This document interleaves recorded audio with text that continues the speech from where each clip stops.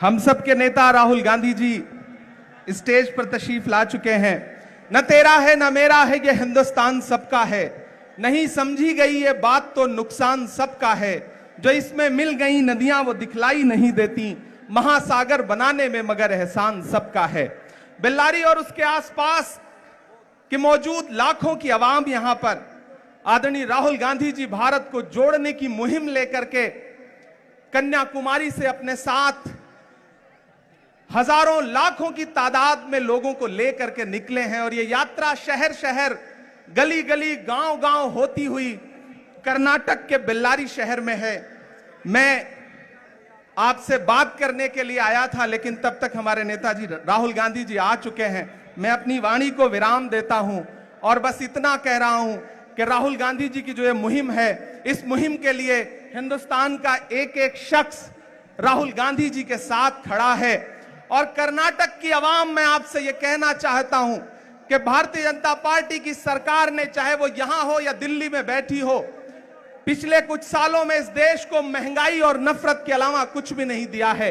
जब भी आप उनसे सवाल करते हैं कि पेट्रोल और डीजल जो 60 रुपए का था वो 100 रुपए का क्यों हो गया, तब वो आपसे कहते हैं कि हिंदू मुसलमान के झगड़े में उलझ जाओ। जब आप सवाल करते हैं कि 400 रुपए का गैस सिलेंडर 1000 के पार क्यों हो गया, तब वो आपसे कहते हैं कि नहीं, हिंदू मुसलमान पर बहस करो। जब आप उनसे पूछते हैं कि हंगर इंडेक्स में भारत 107वें नंबर पे कैसे आ गया, तब वो कहते हैं कि आप हिंदू मुसलमान में उलझ जाओ। इस तमाम जाल को तोड़ने के लिए, इस तमाम साजिश को तोड़ने के लिए राहुल गांधी जी निकले हैं और हम पूरे हिंदुस्तान की आवाम की तरफ से राहुल जी को सलाम करते हैं, राहुल जी की शख्सियत को सलाम करते हैं। जो बीड़ा उन्होंने उठाया है, मैं उस दिन यात्रा में साथ चल रहा था तो किसी पत्रकार ने मुझसे कहा कि आप चल रहे हैं तो आपको कैसा महसूस हो रहा है, तो मैंने एक ही बात कही कि मैं महात्मा गांधी के दौर में पैदा हुआ होता तो शायद मैं उनके साथ चल रहा होता, लेकिन मैं इस दौर के गांधी के साथ पैदा हुआ हूं तो मैं अपने दौर के गांधी के साथ चल रहा हूं। और मुझे ऐसा लग रहा है कि मैं एक ऐसी मुहिम में चल रहा हूं कि आने वाली नस्लें जब पूछेंगी कि जब मुल्क में नफरतों की आग लगी थी, महंगाई आसमान को छू रही थी, दिल्ली की गद्दी पर बैठा हुआ हाकिम बात करने को तैयार नहीं था, ऐसे में आप क्या कर रहे थे, तब मैं फख्र से कह सकूंगा, गर्व से कह सकूंगा कि मैं अपने नेता राहुल गांधी जी के कदम से कदम मिला करके कन्याकुमारी से कश्मीर तक अपने पांव के छालों की परवाह किए बिना जा रहा था और भारत को जोड़ने की कोशिश कर रहा था। मैं एक बार फिर से राहुल जी को सलाम करता हूं और मैं जानता हूं कि चाहे बारिश हो या आंधी, नहीं रुकेगा राहुल गांधी। राहुल जी आगे जाएंगे और हम सब उनके साथ खड़े हैं और कर्नाटक से लेकर के दिल्ली तक ये जो नफरत वाली हुकूमतें हैं इन्हें रख देंगे। कर्नाटक में नफरत का नाटक अब और नहीं चलेगा। मैं आदरणीय राहुल जी का एक बार फिर से बहुत बहुत स्वागत करता हूं। धन्यवाद। नमस्कार साथियों, हम सब की ओर से एक ऐसी शख्सियत जिसने बीड़ा उठाया है देश में बेरोजगारी, महंगाई, नफरत और भ्रष्टाचार से लड़ने का, राहुल गांधी जी का इस मंच से मैं स्वागत करता हूं। और आप भी हाथ उठाकर, तालियां बजाकर, तालियों की गड़गड़ाहट से राहुल जी का स्वागत करिए। सबसे पहले वंदे मातरम, जिसके बगैर कोई कार्यक्रम संभव नहीं। मैं हमारी टीम को कहूंगा और आप भी अपने अपने स्थान पर कुछ मिनटों के लिए खड़े हो जाइए।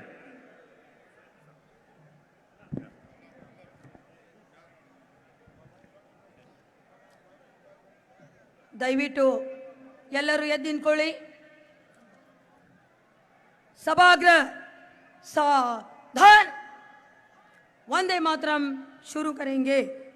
वंदे मातरम, वंदे मातरम, सुजलाम सुफलाम मलयज शीतलाम सस्य श्यामलाम मातरम, वंदे मातरम।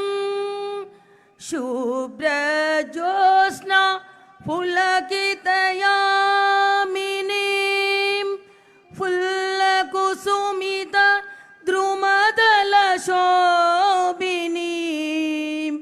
सुहासिनीं सुमधुरभासिनीं सुखदां वरदां मातरं वन्दे मातरं वन्दे मातरं। धन्यवाद। सेवा दल के हमारे साथियों का शुक्रिया। और अब हमारे साथी नागेंद्र आगे का कार्यक्रम चलाएंगे। नागेंद्र भाई।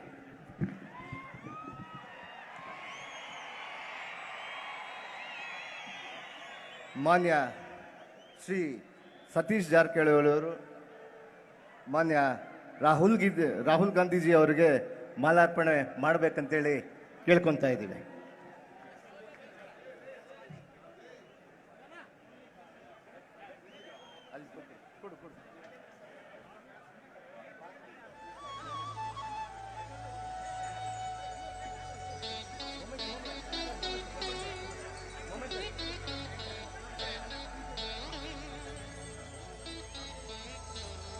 ಧನ್ಯವಾದಗಳು. ಶ್ರೀ ಇ ತುಕಾರಾಮ್ ಅವರು, ಮಾನ್ಯ ಅಶೋಕ್ ಗೆಹ್ಲೋಟ್ ಅವರು, ಮಾನ್ಯ ಮುಖ್ಯಮಂತ್ರಿ ರಾಜಸ್ಥಾನ ಅವರಿಗೆ ಮಾಲಾರ್ಪಣೆ ಮಾಡಬೇಕಂತೇಳಿ ಕೇಳ್ಕೊತಾ ಇದ್ದೀವಿ.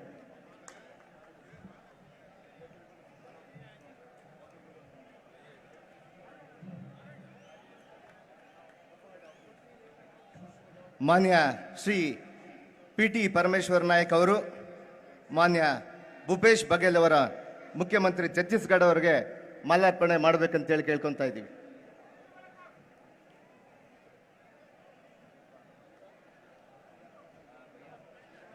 ಮಾನ್ಯ ಶ್ರೀ ಜೆ.ಎನ್. ಗಣೇಶ್ ಅವರು, ಮಾನ್ಯ ವೇಣುಗೋಪಾಲ್ ಜಿ ಅವರಿಗೆ ಮಾಲಾರ್ಪಣೆ ಮಾಡಬೇಕಂತೇಳಿ ಕೇಳ್ಕೊತಾ ಇದ್ದೀವಿ.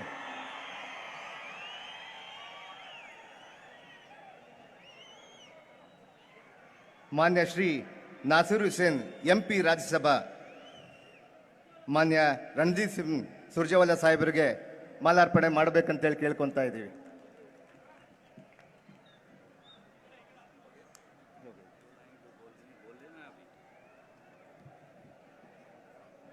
ಈಗೆಲ್ಲ ಕೂಡ ಈ ಒಂದು ಐತಿಹಾಸಿಕವಾದಂಥ ಒಂದು ಪಾದಯಾತ್ರೆ ಮಾಡಿಕೊಂಡು ನಮ್ಮ ಬಳ್ಳಾರಿಯ ಹೆಮ್ಮೆಯ ಜಿಲ್ಲೆಯಲ್ಲಿ ಮಾನ್ಯ ರಾಹುಲ್ ಗಾಂಧೀಜಿಯವರು ಬಂದಿದ್ದಾರೆ.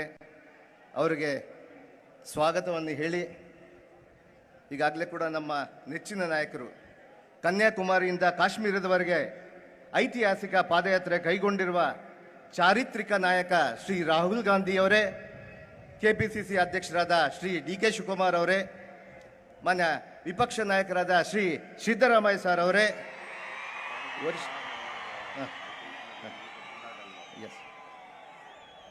ವರಿಷ್ಠರಾದಂಥ ನಾಯಕರಾದಂಥ ಮಲ್ಲಿಕಾರ್ಜುನ್ ಖರ್ಗೆ ಸಾಹೇಬ್ರೆ, ಹಾಗೂ ವೇದಿಕೆ ಮೇಲಿರುವಂಥ ಕಾಂಗ್ರೆಸ್ ಪಕ್ಷವನ್ನು ಮುನ್ನಡೆಸುವ ಎಲ್ಲ ಹಿರಿಯ ನಾಯಕರೇ, ನೆರೆದಿರುವ ಮಹಾಜನತೆಯೇ, ಮಾಧ್ಯಮ ಮಿತ್ರರೇ, ಪಾದಯಾತ್ರೆಯಲ್ಲಿ ಭಾಗವಹಿಸಿರುವ ಎಲ್ಲ ಪಾದಯಾತ್ರೆಗಳೇ, ಬಂಧುಗಳೇ, ಈ ಅಭೂತಪೂರ್ವ ಸಾರ್ವಜನಿಕ ಸಭೆ ಭಾರತ್ ಜೋಡೋ ಯಾತ್ರೆ ಮಹತ್ವದ ಮೈಲುಗಲ್ಲು.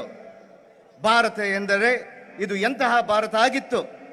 ಸರ್ವ ಜನಾಂಗದ ಶಾಂತಿಯ ತೋಟ, ಮನುಷ್ಯ ತಾನೊಂದು ಒಲಂ ಎಂಬ ಆದರ್ಶವನ್ನು ನಂಬಿದ ಭಾರತ. ಸಾರೇ ಜಹಾಂ ಸೆ ಅಚ್ಚಾ ಹಿಂದೂಸ್ತಾ ಹಮಾರ, ಹಮ್ ಬುಲ್ಬುಲೆ ಇಸ್ಕಿ ಏ ಗುಲ್ಸಿತಾ ಹಮಾರ ಎಂದು ನಾವೆಲ್ಲ ಹಾಡಿನಲ್ಲಿದ ಭಾರತ.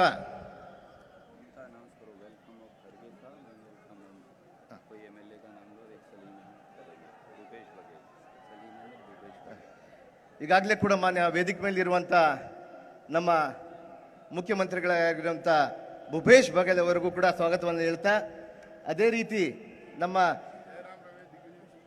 ಸಲೀಂ ಅಹಮದ್ ಸಾಹೇಬ್ರಿಗೂ ಅವ್ರಿಗೂ ಕೂಡ ನಾವು ಸ್ವಾಗತವನ್ನು ಹೇಳ್ತಾ ಇದ್ದೀವಿ.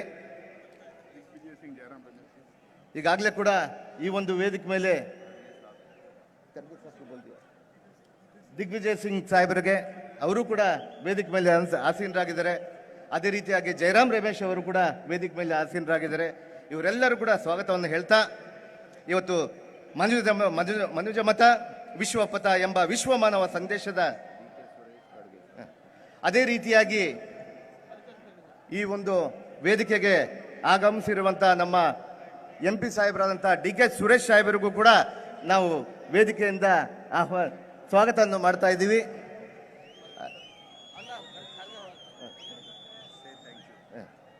ಅದೇ ರೀತಿಯಾಗಿ ಇಷ್ಟೆಲ್ಲ ನನಗೆ ಮಾತಾಡಲಿಕ್ಕೆ ಅವಕಾಶ ಕೊಟ್ಟಂತ ಎಲ್ಲರಿಗೂ ಕೂಡ ವಂದಿಸುತ್ತಾ ನನ್ನ ಈ ಒಂದು ಮಾತುಗಳನ್ನು ಆಡಲಿಕ್ಕೆ ಅವಕಾಶ ಕೊಟ್ಟಂತ ನಮ್ಮೆಲ್ಲ ಹಿರಿಯ ನಾಯಕರಿಗೆ ನಾನು ವಂದಿಸುತ್ತಾ ನನ್ನ ಮಾತುಗಳನ್ನು ನಾನು ಮುಗಿಸ್ತಾ ಇದ್ದೀನಿ. ಜೈ ಹಿಂದ್, ಜೈ ಕರ್ನಾಟಕ, ಜೈ ಕಾಂಗ್ರೆಸ್, ಜೈ ರಾಹುಲ್ ಗಾಂಧೀಜಿ की।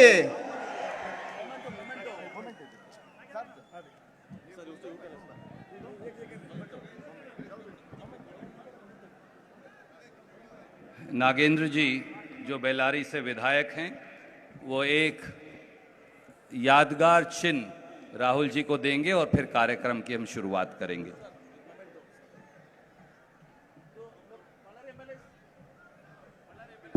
बेल्लारी के सारे हमारे विधायक परमेश्वर नायक जी, गणेश भाई, टुकाराम जी, भीमा नायक जी, वो सब कृपया आ जाएं क्योंकि ये सबकी तरफ से है।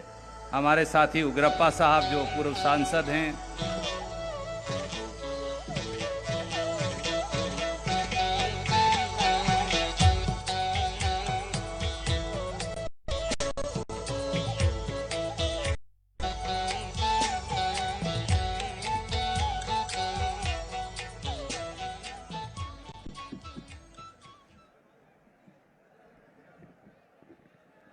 बहुत बहुत शुक्रिया दोस्तों। और अब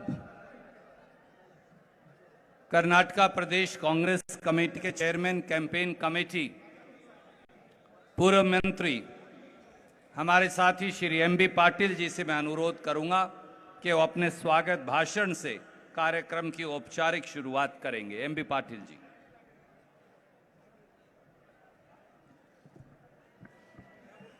ವಿಶ್ವ ಪ್ರಸಿದ್ಧ ಹಾಗೂ ಐತಿಹಾಸಿಕ ವಿಜಯನಗರ ಸಾಮ್ರಾಜ್ಯದ ಐತಿಹಾಸಿಕ ಬಳ್ಳಾರಿ ನಗರದಲ್ಲಿ ಭಾರತ್ ಜೋಡೋ ಯಾತ್ರೆಯ ಭಾರತ್ ಐಕ್ಯತಾ ಯಾತ್ರೆಯ ಕರ್ನಾಟಕದಲ್ಲಿ ಏಕೈಕ ಸಾರ್ವಜನಿಕ ಸಭೆಯನ್ನು ಹಮ್ಮಿಕೊಂಡಿದ್ದು, ಈ ಸಭೆಯಲ್ಲಿ ಹಿಂದಿನ AICC ಅಧ್ಯಕ್ಷರು, ಸಂಸದರು, ಭಾರತ ದೇಶದ ಆಶಾ ಕಿರಣ, ಈ ಒಂದು ಭಾರತ ಜೋಡೋ ಯಾತ್ರೆಯ ಕೇಂದ್ರ ಬಿಂದು ಅಂತ ಶ್ರೀ ರಾಹುಲ್ ಗಾಂಧಿ ಅವರನ್ನ ತಮ್ಮೆಲ್ಲರ ಪರವಾಗಿ ನಾನು ಹೃತ್ಪೂರ್ವಕವಾಗಿ ಸ್ವಾಗತವನ್ನು ಕೋರ್ತೀನಿ. I welcome you sir, Rahul Gandhi ji sir. I welcome you on behalf of the people of Ballari and the entire region district. ನಮ್ಮೆಲ್ಲರಿಗೂ ಹಿರಿಯರು, ರಾಜ್ಯಸಭೆಯ ಹಿಂದಿನ ವಿರೋಧ ಪಕ್ಷದ ನಾಯಕರು, ಲೋಕಸಭೆಯಲ್ಲಿಯೂ ಕೂಡ ಹಿಂದಿನ ಲೋಕಸಭೆಯ ನಾಯಕರು, ಹಿರಿಯರಾದಂಥ ಶ್ರೀ ಮಲ್ಲಿಕಾರ್ಜುನ್ ಖರ್ಗೆ ಸಾಹೇಬರಿಗೆ ನಾನು ಈ ತಮ್ಮೆಲ್ಲರ ಪರವಾಗಿ ಸ್ವಾಗತವನ್ನು ಕೋರ್ತೇನೆ. AICCಯ ಪ್ರಧಾನ ಕಾರ್ಯದರ್ಶಿಗಳಾದ ಶ್ರೀ KC ವೇಣುಗೋಪಾಲ್ ಸಾಹೇಬರಿಗೆ ನಾನು ತಮ್ಮೆಲ್ಲರ ಪರವಾಗಿ ಸ್ವಾಗತವನ್ನು ಕೋರ್ತೇನೆ. AICCಯ ಪ್ರಧಾನ ಕಾರ್ಯದರ್ಶಿ ಅಂತ ಶ್ರೀ ರಣದೀಪ್ ಸಿಂಗ್ ಸುರ್ಜೇವಾಲಾ ಅವರಿಗೂ ಕೂಡ ನಾನು ಸ್ವಾಗತವನ್ನು ಕೋರ್ತೇನೆ. ರಾಜಸ್ಥಾನದ ಮುಖ್ಯಮಂತ್ರಿಗಳಂತ ಶ್ರೀ ಅಶೋಕ್ ಗೆಹ್ಲೋಟ್ ಸಾಹೇಬರ ಪರವಾಗಿ ಹೃತ್ಪೂರ್ವಕವಾಗಿ ಸ್ವಾಗತ ಕೋರ್ತೇನೆ. Sir, I welcome you sir, Ashok Gehlot ji, I welcome you. ಅದೇ ರೀತಿ ಛತ್ತೀಸ್ಗಢ ಭೂಪೇಶ್ ಬಾಗೇಲ್ ಅವ್ರಿಗೂ ಕೂಡ ನಾನು ತಮ್ಮೆಲ್ಲರ ಪರವಾಗಿ ಸ್ವಾಗತವನ್ನು ಕೋರ್ತೇನೆ. KPCCಯ ನಮ್ಮ ಮಾಜಿ ಮಧ್ಯಪ್ರದೇಶದ ಮುಖ್ಯಮಂತ್ರಿಗಳು, AICCಯ ಹಿರಿಯ ನಾಯಕರು, ಈ ಭಾರತ್ ಜೋಡೋ ಉಸ್ತುವಾರಿ ಹೊಂದ್ಕೊಂಡಿರುವಂತಹ ಶ್ರೀ ದಿಗ್ವಿಜಯ್ ಸಿಂಗ್ ಸಾಹೇಬ್ರಿಗೂ ನಾನು ಹೃತ್ಪೂರ್ವಕವಾಗಿ ಸ್ವಾಗತವನ್ನು ಕೋರ್ತೇನೆ. KPCC ಅಧ್ಯಕ್ಷರಂತ ಶ್ರೀ ಡಿ ಕೆ ಶಿವಕುಮಾರ್ ಕೂಡ ಈಗ ಸಂದರ್ಭ ಕೋರ್ತೇನೆ. ಮಾಜಿ ಮುಖ್ಯಮಂತ್ರಿಗಳು ಹಾಗೂ ಹಾಲಿ ವಿರೋಧ ಪಕ್ಷದ ನಾಯಕರಂತ ಸನ್ಮಾನ್ಯ ಶ್ರೀ ಸಿದ್ದರಾಮಯ್ಯ ಸಾಹೇಬರಿಗೂ ಕೂಡ ಸ್ವಾಗತವನ್ನು ಕೋರ್ತೇನೆ. ಈ ಭಾರತ್ ಜೋಡೋ ಯಾತ್ರೆಯ ಸಂಚಾಲಕರು ಆದಂತಹ ಶ್ರೀ ರಾಜ್ಯಸಭಾ ಸದಸ್ಯರು ಆದಂತಹ ಶ್ರೀ ಜಯರಾಮ್ ರಮೇಶ್ ಅವರಿಗೂ ಕೂಡ ಸ್ವಾಗತವನ್ನು ಕೋರ್ತೇನೆ. ವಿಧಾನ ಪರಿಷತ್ನಲ್ಲಿ ವಿರೋಧ ಪಕ್ಷದ ನಾಯಕರಂತ ಶ್ರೀ ಬಿ ಕೆ ಹರಿಪ್ರಸಾದ್ ಅವರಿಗೂ ಕೂಡ ಸ್ವಾಗತವನ್ನು ಕೋರ್ತೇನೆ. ಮಾಜಿ ಮುಖ್ಯಮಂತ್ರಿ ವೀರಪ್ಪ ಮೊಯ್ಲಿ ಅವರಿಗೂ ಕೂಡ ಸ್ವಾಗತವನ್ನು ಕೋರಿ ವೇದಿಕೆ ಮೇಲಿದಂತ ಎಲ್ಲ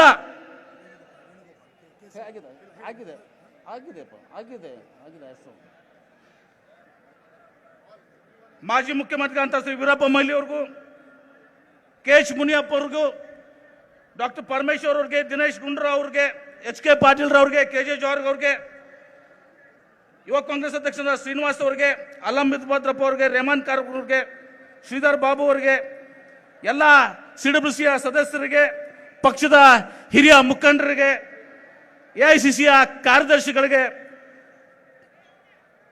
ಕೆಪಿಸಿಸಿಯ ಕಾರ್ಯಾಧ್ಯಕ್ಷರುಗಳಿಗೆ, ಮಾಜಿ ಸಚಿವರುಗಳಿಗೆ, ಸಂಸತ್ ಸದಸ್ಯರಿಗೆ, ಶಾಸಕರು, ವಿಧಾನ ಪರಿಷತ್ ಸದಸ್ಯರು, ಮಾಜಿ ಶಾಸಕರು, ಮಾಜಿ ವಿಧಾನ ಪರಿಷತ್ ಸದಸ್ಯರು, ಜಿಲ್ಲಾ ಕಾಂಗ್ರೆಸ್ ಕಮಿಟಿಯ ಎಲ್ಲ ಅಧ್ಯಕ್ಷರುಗಳು ಮತ್ತು ಪದಾಧಿಕಾರಿಗಳಿಗೆ ಮತ್ತು ಕೆಪಿಸಿಸಿಯ ಎಲ್ಲ ಪದಾಧಿಕಾರಿಗಳಿಗೆ, ಈ ಐತಿಹಾಸಿಕ ಸಮಾವೇಶದಲ್ಲಿ ಭಾಗಿರುವಂತಹ ಎಲ್ಲ ಪಕ್ಷದ ಕಾರ್ಯಕರ್ತರಿಗೂ, ಎಲ್ಲ ಹಿರಿಯರಿಗೆ, ತಾಯಂದಿರಿಗೆ, ಸಹೋದರ ಸಹೋದರರಿಗೆ, ಯುವಕ ಮಿತ್ರರಿಗೆ ಮತ್ತು ಮಾಧ್ಯಮದ ಎಲ್ಲ ಮಿತ್ರರಿಗೆ ಈ ಒಂದು ಐತಿಹಾಸಿಕ ಭಾರತ್ ಜೋಡೋ ಯಾತ್ರೆಗೆ ಸ್ವತಃ ಕೂಡ ನಾನು ಸ್ವಾಗತವನ್ನು ಕೋರ್ತೇನೆ. ಧನ್ಯವಾದಗಳು.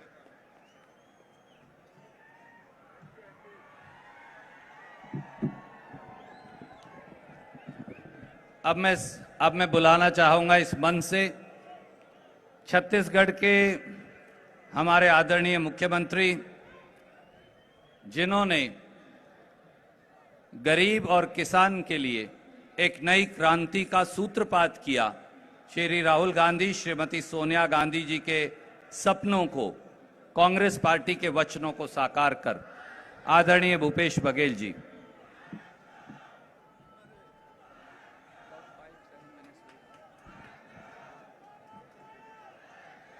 आदरणीय राहुल गांधी जी, आदरणीय खड़गे साहब, आदरणीय वेणुगोपाल जी, आदरणीय पूर्व मुख्यमंत्री सिद्धारमैया जी, आदरणीय डी शिवकुमार जी, आदरणीय दिग्विजय सिंह जी, आदरणीय अशोक गहलोत जी, आदरणीय जयराम रमेश जी, आदरणीय बी के हरिप्रसाद जी और सभी कर्नाटक प्रदेश के सभी सांसद, विधायक, प्रदेश कांग्रेस कमेटी के पदाधिकारी, युवक कांग्रेस, एनएसवाई, महिला कांग्रेस, सेवा दल के सभी पदाधिकारीगण, जिला कांग्रेस, ब्लॉक कांग्रेस के सभी पदाधिकारीगण, उपस्थित देवियों, सज्जनों, युवा साथियों, पत्रकार मित्रों,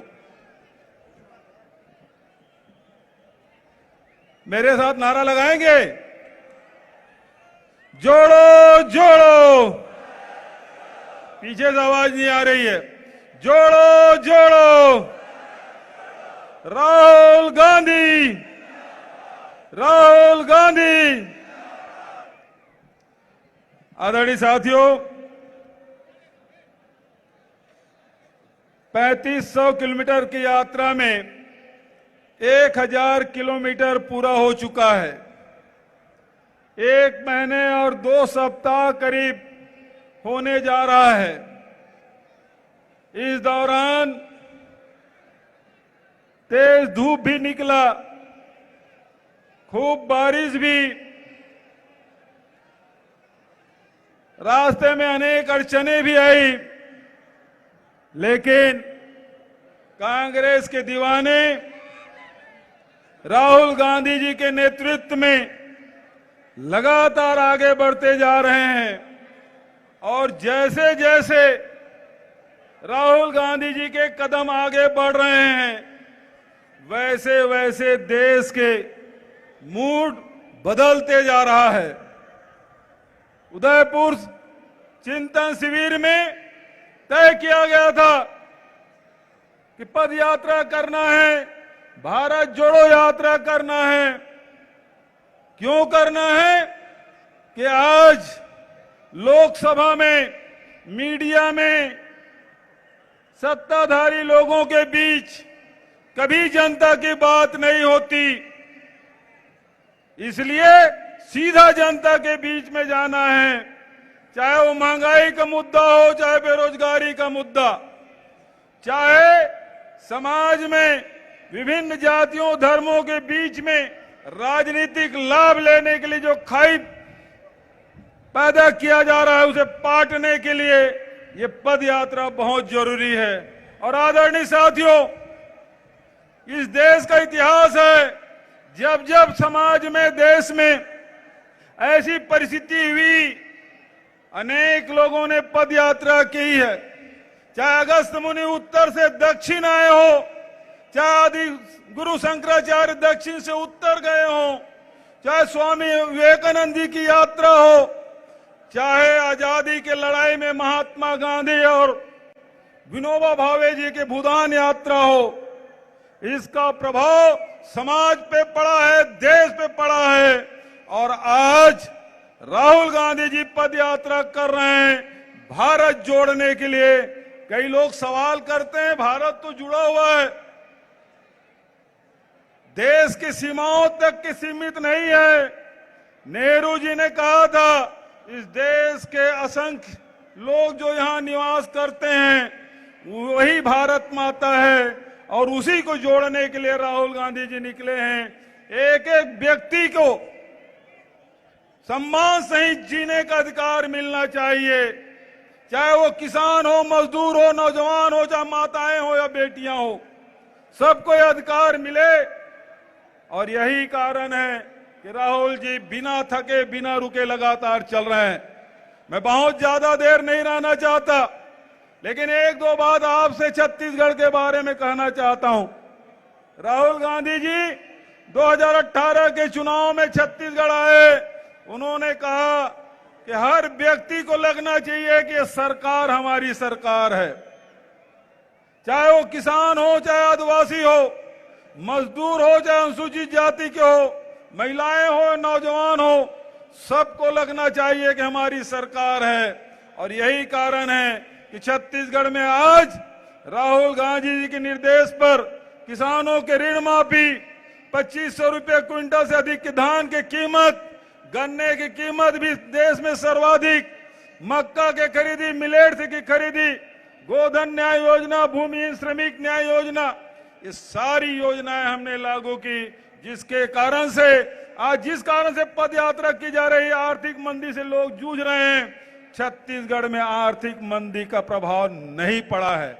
चाहे वो जीएसटी कितना बढ़े, चाहे लॉकडाउन हो, चाहे वो नोटबंदी हो, थोड़ी सी परेशानी जरूर हुई, लेकिन आर्थिक रूप से जो व्यवस्था, जो निर्देश राहुल गांधी जी ने जो किया था, आज छत्तीसगढ़ में फलीभूत है। आज व्यापार व्यवसाय फल फूल रहा है, आम जनता के जेब में पैसा है, आर्थिक रूप से हो, सामाजिक रूप से हो, चाहे शैक्षणिक हो, सभी क्षेत्र में हम आगे बढ़ रहे हैं। मैं बहुत ज्यादा देर आपके और राहुल जी के बीच में नहीं रहते हुए, आप सब ने जिस प्रकार से राहुल जी का साथ दिया है, पूरा देश देख रहा है, लोग बेचैनी से इंतजार कर रहे हैं कि हमारे प्रदेश में कब आएंगे। मैं इन्हीं शब्दों के साथ आप सबको प्रणाम करते हुए, आप सबको नमन करते हुए और संचालक महोदय को धन्यवाद देते हुए कि आपने मुझे प्रथम वक्ता के रूप में आमंत्रित किया, इसके लिए धन्यवाद देते हुए अपने वाणी को विराम देता हूं। धन्यवाद। जय हिंद। आदरणीय बघेल साहब का बहुत बहुत शुक्रिया। दोस्तों, एक नारा लगाइए जोर से, मुट्ठी उठाकर, हाथ उठाकर, भारत माता की, भारत माता की, राहुल गांधी जी, राहुल गांधी जी, जोड़ो जोड़ो, जोड़ो जोड़ो। अब मैं अनुरोध करूंगा राजस्थान के मुख्यमंत्री, हमारे अग्रज नेता आदरणीय अशोक गहलोत जी से कि वो आए और अपनी बात करें। आदरणीय अशोक गहलोत जी।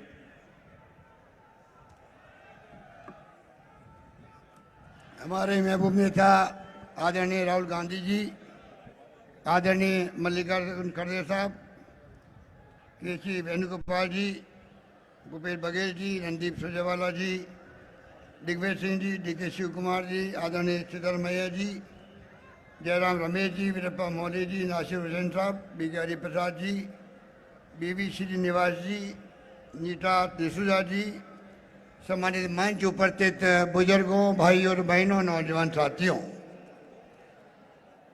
राहुल गांधी जी इतिहास बनाने जा रहे हैं देश के अंदर। आज़ादी के बाद में इस प्रकार की यात्रा पहली बार देश को देखने को मिल रही है। यात्राएं कई हुई है विभिन्न मकसदों से। ये यात्रा एक चुनौतियों का सामना करने के लिए है।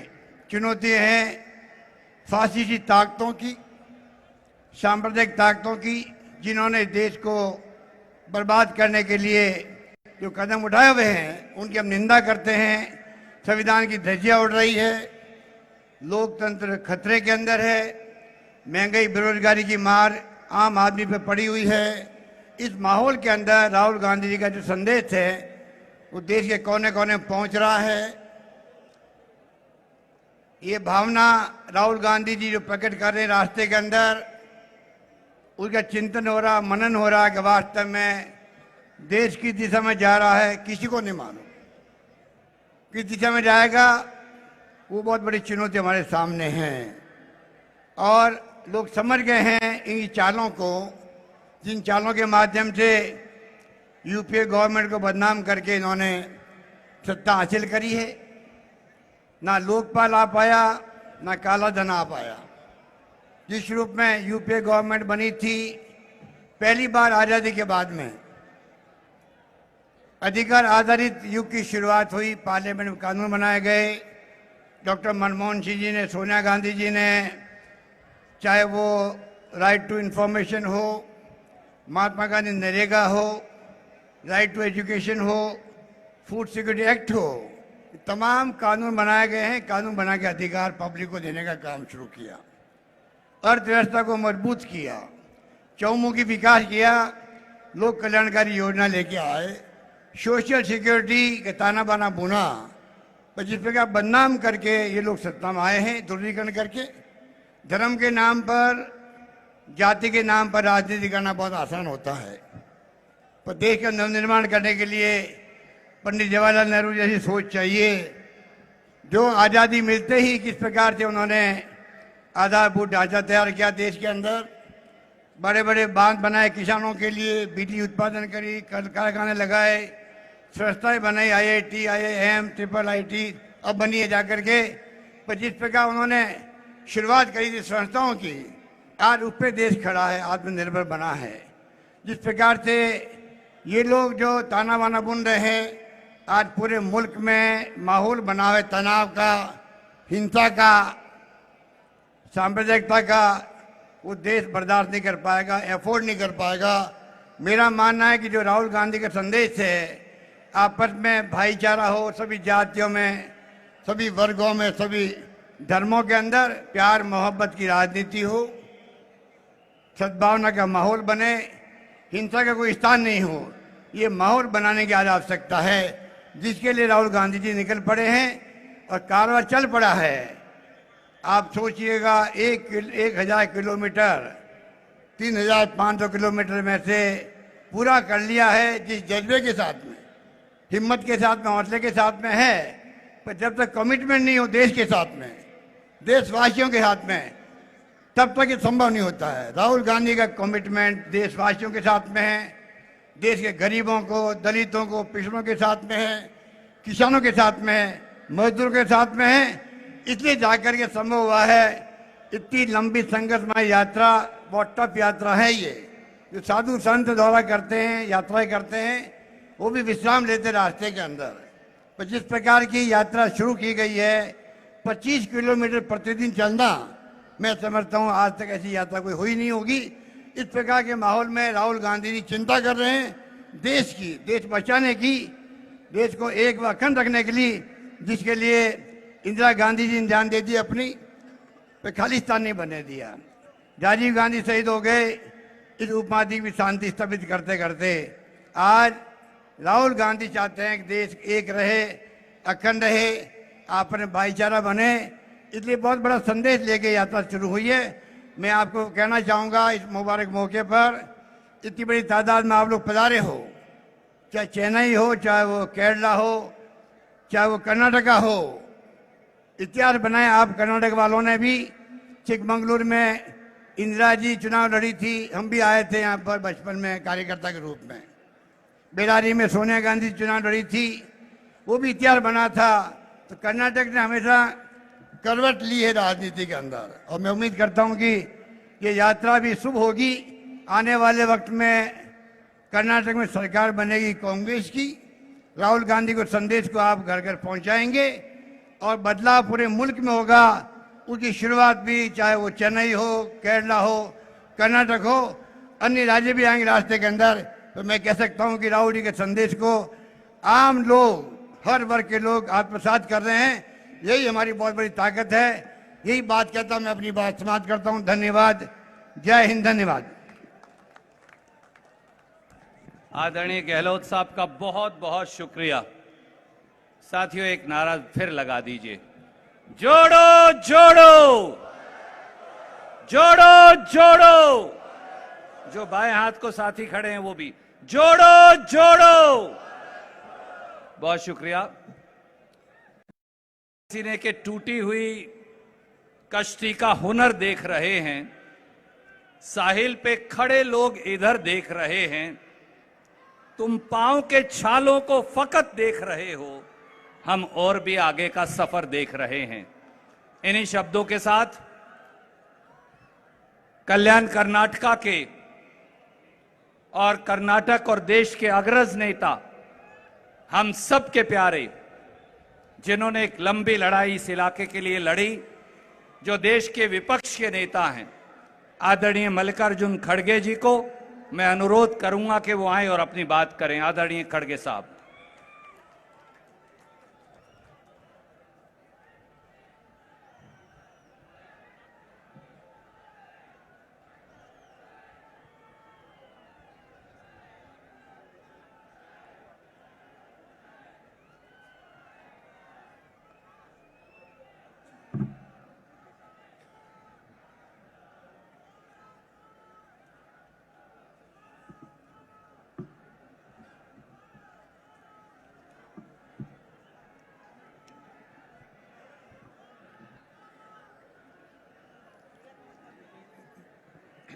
ಭಾರತ್ ಜೋಡೋ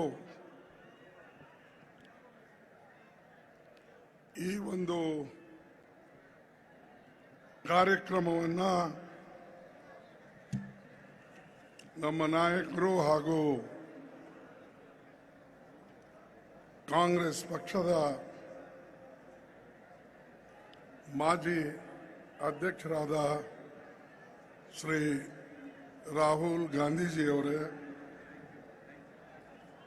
ಮುಖ್ಯಮಂತ್ರಿಗಳಾದ ಶ್ರೀ ಅಶೋಕ್ ಗೆಹ್ಲೋಟ್ ಅವರೇ, ಭೂಪೇಶ್ ಬಘೇಲ್ ಅವರೇ ಹಾಗೂ ಇನ್ಚಾರ್ಜ್ ಜನರಲ್ ಸೆಕ್ರೆಟರಿ ಅವರು ಮತ್ತು ವಿಶೇಷವಾಗಿ ಸಂಸ್ಥೆಯ ಆರ್ಗನೈಸಿಂಗ್ ಸೆಕ್ರೆಟರಿ ಶ್ರೀ ವೇಣುಗೋಪಾಲ್ ಅವರೇ, ಸಿದ್ದರಾಮಯ್ಯ ಎಕ್ಸ್ ನಮ್ಮ ಚೀಫ್ ಮಿನಿಸ್ಟರು ಮತ್ತು CLP leader DK Shivakumar KPCC ಅಧ್ಯಕ್ಷರು ಹಾಗೂ ರಣದೀಪ್ ಸುರ್ಜೇವಾಲಾ ನಮ್ಮ ಉಸ್ತುವಾರಿಯನ್ನು ನೋಡಿಕೊಳ್ತಕ್ಕಂಥ ಸೆಕ್ರೆಟರಿಗಳು, ಇದೇ ವೇದಿಕೆ ಮೇಲೆ ಕುಳಿತಂಥ ಮುನಿಯಪ್ಪಾಜಿಯವರೇ, ಹರಿಪ್ರಸಾದ್ ಅವರೇ, MB ಪಾಟೀಲ್ರೇ, HK ಪಾಟೀಲ್ರೇ, ಪರಮೇಶ್ವರ್ ಅವರೇ ಹಾಗೂ ನಮ್ಮ ಹಿರಿಯ ಮುಖಂಡರುಗಳಾದಂಥ ಶ್ರೀಮಾನ್ ರೆಹಮಾನ್ ಖಾನ್ ಅವರೇ, ವೀರಪ್ಪ ಮೊಯ್ಲಿಜಿ ಅವರೇ, ಅಲ್ಲಂ ವೀರಭದ್ರಪ್ಪನವರೇ ಹಾಗೂ ದಿನೇಶ್ ಗುಂಡೂರಾವ್ ಅವರೇ ಮತ್ತು ಈಗಾಗಲೇ ದಿಗ್ವಿಜಯ್ ಸಿಂಗ್ ಸಾಹೇಬರು ಈ ಕಾರ್ಯಕ್ರಮಕ್ಕೆ, ಒಂದು ಭಾರತ ಜೋಡೋ ಕಾರ್ಯಕ್ರಮಕ್ಕೆ ಮೊದಲಿಂದ ಇದರಲ್ಲಿ ಭಾಗವಹಿಸ್ತಾ ಇದ್ದಾರೆ. ಜಯರಾಮ್ ರಮೇಶ್ ಅವರು ಕೂಡ ಮೀಡಿಯಾ ಇನ್ಚಾರ್ಜ್ ಆಗಿ ಸಾಕಷ್ಟು ಇದಕ್ಕೆ ಪಬ್ಲಿಸಿಟಿಯನ್ನು ಕೊಡಿಸ್ತಕ್ಕಂಥ ಕೆಲಸ ಮಾಡಿದ್ದಾರೆ. ಸಮಯದ ಅಭಾವದಿಂದ ನಾನು ಎಲ್ಲರ ಹೆಸರುಗಳನ್ನು ತೆಗೆದುಕೊಳ್ಳಕ್ಕಾಗೋದಿಲ್ಲ. ಅದಕ್ಕೆ ತಾವು ದಯವಿಟ್ಟು ಒಂದೆರಡು ಮಾತುಗಳನ್ನ ಹೇಳಿ ನನ್ನ ಮಾತನ್ನ ಭಾರತ ಕೇವಲ ಚುನಾವಣೆಗೋಸ್ಕರ ಆಗಲಿ ಅಥವಾ ಮತ್ಯಾವುದಾದ್ರೂ ಬೇರೆ ಉದ್ದೇಶದಿಂದ ನಡೆದಂತ ಒಂದು ಯಾತ್ರೆ ಅಲ್ಲ. ಇವತ್ತು ನಮ್ಮ ದೇಶದಲ್ಲಿ ಏನು ಕಮ್ಯುನಲ್ ಹಾರ್ಮೋನಿ ಇಲ್ಲ, ಆಮೇಲೆ ಎಲ್ಲಿ ಹೋದರೂ ಕೂಡ ಧರ್ಮದಲ್ಲಿ ಜಗಳಗಳನ್ನು ಹಚ್ಚತಕ್ಕಂತ ಕೆಲಸ ಇವತ್ತು ಬಿಜೆಪಿ ಮತ್ತು RSS ಮಾಡ್ತಾ ಇದೆ. ಅದೇ ರೀತಿಯಾಗಿ ಭಾರತ್ ಜೋಡೋ ಯಾತ್ರಾ, ಅನ್ಎಂಪ್ಲಾಯ್ಮೆಂಟ್ ಈ ದೇಶದಲ್ಲಿ ಏನಿದೆ ಅದರ ವಿರುದ್ಧ ಹೋರಾಟ ಮಾಡಕ್ಕೆ ಇದನ್ನ ಮಾಡಿದಂತ ಒಂದು ಕಾರ್ಯಕ್ರಮ. ಇನ್ಫ್ಲೇಷನ್ ದಿನ ಹೆಚ್ಚಿಗೆ ಆಗ್ತಾ ಇದೆ. ಅದಕ್ಕಾಗಿ ಈ ಒಂದು ಯಾತ್ರೆಯನ್ನ ಶ್ರೀ ರಾಹುಲ್ ಗಾಂಧೀಜಿ ಅವರು ತೆಗೆದುಕೊಂಡಿದ್ದಾರೆ. ಈ ದೇಶದಲ್ಲಿ ಆರ್ಥಿಕ ವ್ಯವಸ್ಥೆ ಹದಗೆಟ್ಟು ಹೋಗ್ತಾ ಇದೆ. ಅದಕ್ಕಾಗಿ ಈ ಯಾತ್ರೆಯನ್ನ ತೆಗೆದುಕೊಳ್ತಾ ಇದ್ದಾರೆ. ಮತ್ತು ನಮ್ಮ ವಿಶೇಷವಾಗಿ ಈ ಭಾಗದ ಕೊಡುಗೆ ನೀವು ಮರಿಬಾರದು. ಇವತ್ತೇನು ಇಲ್ಲಿ ವಿಶೇಷವಾಗಿ ಕಲ್ಯಾಣ ಕರ್ನಾಟಕ ಅಥವಾ ಹೈದರಾಬಾದ್ ಕರ್ನಾಟಕ ಹಿಂದಿಂದು ಇವತ್ತು ನಿಮಗೇನು ಆರ್ಟಿಕಲ್ 371J ಏನು ಸಿಕ್ಕಿದೆ ಅದು ಶ್ರೀಮತಿ ಸೋನಿಯಾ ಗಾಂಧೀಜಿ ಮತ್ತು ರಾಹುಲ್ ಗಾಂಧಿ ಅವರು. ನಿಮ್ಮ ಮಕ್ಕಳಿಗೆ ಒಂದು 100 ಸೀಟು ಮೆಡಿಕಲ್ನಲ್ಲಿ ಸಿಗ್ತಾ ಇರಲಿಲ್ಲ. ನಿಮ್ಮ ಮಕ್ಕಳಿಗೆ ಒಂದು 500 ಸೀಟು ಇಂಜಿನಿಯರಿಂಗ್ ಸಿಗ್ತಾ ಇರಲಿಲ್ಲ. ನಿಮಗೆ ಎಂಪ್ಲಾಯ್ಮೆಂಟ್ ಇರಲಿಲ್ಲ. ಅಂತದನ್ನ ಇವತ್ತು ಸಾವಿರಾರು ಡಾಕ್ಟರ್ಸ್ ಆಗ್ತಾ ಇದ್ದಾರೆ, ಸಾವಿರಾರು ಇಂಜಿನಿಯರ್ಸ್ ಆಗ್ತಾ ಇದ್ದಾರೆ, ಸಾವಿರಾರು ಜನ ಇವತ್ತು ಎಂಪ್ಲಾಯ್ಮೆಂಟ್ ನಲ್ಲಿ ಇನ್ಸ್ಪೆಕ್ಟರ್ ಹಿಡ್ಕೊಂಡು DYSP ಹಿಡ್ಕೊಂಡು ಎಲ್ಲ ಇದು ಎಲ್ಲರ ಕೊಡುಗೆಗಳು ನನಗೆ ಮತ್ತು ನಿಮಗೆ ಸಿಕ್ಕಿದ್ದು ರಾಹುಲ್ ಗಾಂಧೀಜಿ ಅವರು ಮತ್ತು ಶ್ರೀಮತಿ ಸೋನಿಯಾ ಗಾಂಧಿ ಅವರ ಪ್ರಯತ್ನದಿಂದ ನಾವು ಈ ಸಂವಿಧಾನದ ತಿದ್ದುಪಡಿಯನ್ನು ತಂದು ಈ ಭಾಗಕ್ಕೆ ಕೊಟ್ಟಿದ್ದೇವೆ. ಇದು ಎಲ್ಲಕ್ಕಿಂತಲೂ ಮುಖ್ಯ. ಅದರ ಜೊತೆಯಲ್ಲೇ ಇವತ್ತು ಭಾರತ ಜೋಡೋ ಯಾತ್ರಾ ಏನ್ ರಾಹುಲ್ ಗಾಂಧೀಜಿ ಅವರು ಮಾಡ್ತಾ ಇದ್ದಾರೆ, ಈಗಾಗಲೇ 1,000 ಕಿಲೋಮೀಟರ್ ಅವರು ನಡ್ಕೊಂಡು ಬಂದಿದ್ದಾರೆ. ಇನ್ನು ಈಗ 2,700 ಕಿಲೋಮೀಟರ್ ಅವರು ಮುಂದೆ ಸಾಗ್ತಾ ಇದ್ದಾರೆ. ಅದಕ್ಕಾಗಿ ಅವರ ಒಂದು ಹೋರಾಟಕ್ಕೆ ನಮ್ಮೆಲ್ಲರ ಬೆಂಬಲ ಇದೆ. ನಾವೆಲ್ಲರೂ ಕೂಡ ಒಂದಾಗಿ ಇದನ್ನ ಕೆಲಸ ಮಾಡಬೇಕು. ನಾವೆಲ್ಲರೂ ಸೇರಿದಾಗ ಮಾತ್ರ ನಮ್ಮ ಪಕ್ಷಕ್ಕೂ ಬಲ ಸಿಗ್ತದೆ, ದೇಶ ಕಟ್ಟಕ್ಕೂ ಕೂಡ ನಮಗೆ ಶಕ್ತಿ ಸಿಗ್ತದೆ. ಮತ್ತು ಬಿಜೆಪಿ RSS ಏನು ತತ್ವಗಳು ಇವತ್ತು ಜನರಲ್ಲಿ ವಿಷಬೀಜ ತುಂಬುತ್ತಾ ಇದ್ದಾರೆ, ಅದರ ವಿರುದ್ಧ ಕೂಡ ಏನು ಹೋರಾಟ ಮಾಡ್ತಾ ಇದ್ದಾರೆ, ಅದಕ್ಕೆಲ್ಲನೂ ಕೂಡ ಶಕ್ತಿ ಸಿಗ್ತಾ ಇದೆ.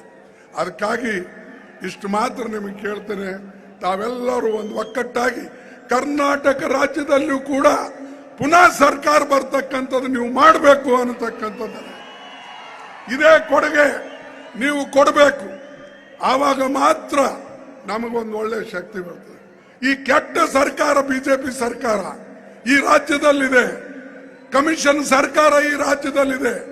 ಇದನ್ನ ನೀವು ತೆಗೆದುಹಾಕಬೇಕು ಅಂದ್ರೆ ನೀವು ಒಕ್ಕಟ್ಟಾಗಿ ಚುನಾವಣೆಯಲ್ಲಿ ನಿಮ್ಮ ಹೆಚ್ಚಿನ ಬೆಂಬಲ ನಮಗೆ ಸಿಗಲೇಬೇಕು. ಅದಕ್ಕೆ ತಮಗೆ ಪ್ರಾರ್ಥನೆ ಮಾಡ್ತೀನಿ, ಎಲ್ಲರೂ ಒಂದಾಗಿ ಕೆಲಸ ಮಾಡಿ ಒಂದು ಕಾಂಗ್ರೆಸ್ ಪಕ್ಷಕ್ಕೂ ಶಕ್ತಿ ಮತ್ತು ದೇಶಕ್ಕೆ ಎಲ್ಲಕ್ಕಿಂತಲೂ ಹೆಚ್ಚಿನ ದೊಡ್ಡ ಶಕ್ತಿ ಬರ್ತದೆ. ಮತ್ತು ರಾಹುಲ್ ಗಾಂಧೀಜಿ ಅವರಿಗೆ, ಶ್ರೀಮತಿ ಸೋನಿಯಾ ಗಾಂಧೀಜಿ ಅವರಿಗೆ ನೀವು ಒಂದು ದೊಡ್ಡ ಕೊಡುಗೆ ಕೊಟ್ಟಂಗೆ ಆಗ್ತದೆ ಅನ್ನತಕ್ಕಂಥ ಮಾತನ್ನ ಹೇಳಿ ನನ್ನ ಮಾತು ಮುಗಿಸ್ತೇನೆ. ಜೈ ಹಿಂದ್, ಜೈ ಕಾಂಗ್ರೆಸ್.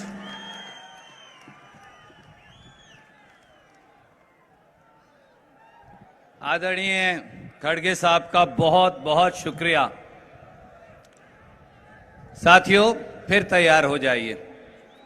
जोड़ो जोड़ो और जोर से, जोड़ो जोड़ो, जोड़ो जोड़ो। वो किसी दोस्त ने कहा है ना कि मोहब्बत भाईचारे के दीवाने दिन ही लौटा दो, मोहब्बत भाईचारे के दीवाने दिन ही लौटा दो। वो सस्ती दाल सब्जी गैस सिलेंडर के सुहाने दिन ही लौटा दो। वो अच्छे दिन तो हम दो हमारे दो को मुबारक हो, वो अच्छे दिन तो हम दो हमारे दो को मुबारक हो। हमें ऐसा करो साहेब, पुराने दिन ही लौटा दो। और वो शख्स जिसने लंबे समय तक सरकार और संगठन दोनों की सेवा की, वो शख्स जिसका पूरे देश के संगठन के लोग लोहा मानते हैं, वो शख्स जो रात के 2 बजे तक सोता नहीं, क्योंकि उसके दिल में कांग्रेस पार्टी को आगे बढ़ाने की लगन, दर्द और इच्छा है। आपके प्यारे, मैं अनुरोध करूंगा श्री डी.के. शिव कुमार जी से कि वो आएं और अपनी बात रखें।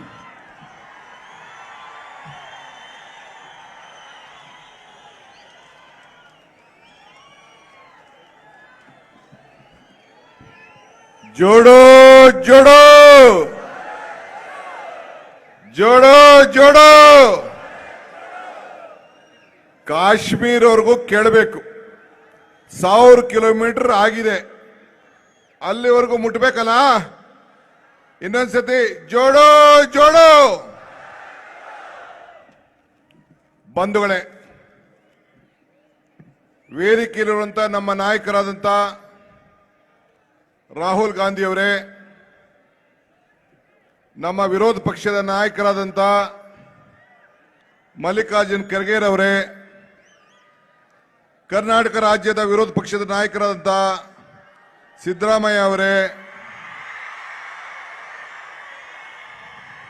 ಮೇಲ್ಮನೆಯ ವಿರೋಧ ಪಕ್ಷದ ನಾಯಕರಾದಂತ ಹರಿಪ್ರಸಾದ್ ಅವರೇ, ನಮಗೆ ಮುಖ್ಯ ಅತಿಥಿಗಾಗಿ ಆಗಮಿಸತಕ್ಕಂತ ನಮ್ಮ ರಾಷ್ಟ್ರದ ಹಿರಿಯ ನಾಯಕರುಗಳು, ಮುಖ್ಯಮಂತ್ರಿಗಳಾದಂತ ಅಶೋಕ್ ಗೆಹ್ಲೋಟ್ ಅವರೇ, ಭೂಪೇಶ್ ಬಘೇಲ್ ಅವರೇ, ಈ ಒಂದು ದೊಡ್ಡ ಜವಾಬ್ದಾರಿಯನ್ನು ತೆಗೆದುಕೊಂಡಂತ ನಮ್ಮ ದಿಗ್ವಿಜಯ್ ಸಿಂಗ್ ರವರೇ, ನಮ್ಮ ಕೆ.ಸಿ. ವೇಣುಗೋಪಾಲ್ ರವರೇ, ಸುರ್ಜಿವಾಲಾ ರವರೇ, ಜೈರಾಮ್ ರಮೇಶ್ ರವರೇ, ವೀರಪ್ಪ ಮೊಯ್ಲಿ ಅವರೇ ಮತ್ತು ಎಲ್ಲ ನಮ್ಮ ಹಿರಿಯ ನಾಯಕರುಗಳು, ನಮ್ಮ ವರ್ಕಿಂಗ್ ಕಮಿಟಿ ಮೆಂಬರ್ಸ್ ಇದ್ದಾರೆ, ಬಹಳ ಜನ ಇದ್ದಾರೆ. ನಾನು ಯಾರ ಹೆಸರು ತೆಗೆದುಕೊಳ್ಳೋದಿಲ್ಲ ಅಂತ ಯಾರು ಅನ್ಯತಾ ಭಾವನೆ ಬೇಡ.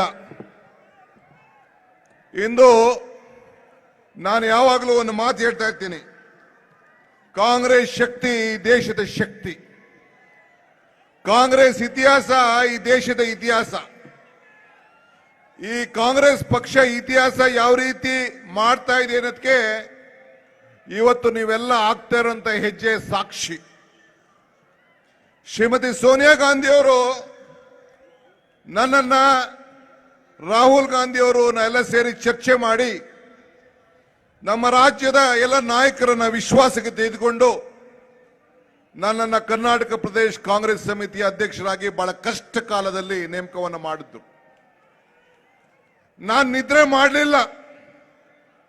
ಈ ವೇದಿಕೆಯಲ್ಲಿರುವಂತ ಯಾರು ನಾಯಕರನ್ನಾಗ್ಲಿ ನಿಮ್ಮನ್ನು ಕೂಡ ನಿದ್ರೆ ಮಾಡಲಿಕ್ಕೆ ಅವಕಾಶ ಕೊಡಲಿಲ್ಲ, ಕ್ಷಮಿಸಬೇಕು.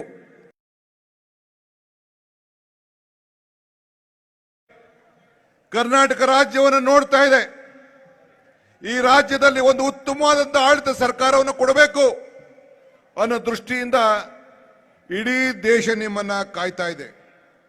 ಶ್ರೀಮತಿ ಸೋನಿಯಾ ಗಾಂಧಿ ಅವರು ನನ್ನನ್ನ ಅಧ್ಯಕ್ಷನಾಗಿ ನೇಮಕವನ್ನು ಮಾಡಿ ಇಂಥ ಒಂದು ಜವಾಬ್ದಾರಿಯನ್ನು ಕರ್ನಾಟಕ ರಾಜ್ಯದಲ್ಲಿ ವಹಿಸಿಕೊಂಡು ಇವತ್ತು 1000 ಕಿಲೋಮೀಟರ್ ಮುಟ್ಟುವಂತ ಕೆಲಸವನ್ನು ನಾವು ಮಾಡಿದ್ದೇವೆ.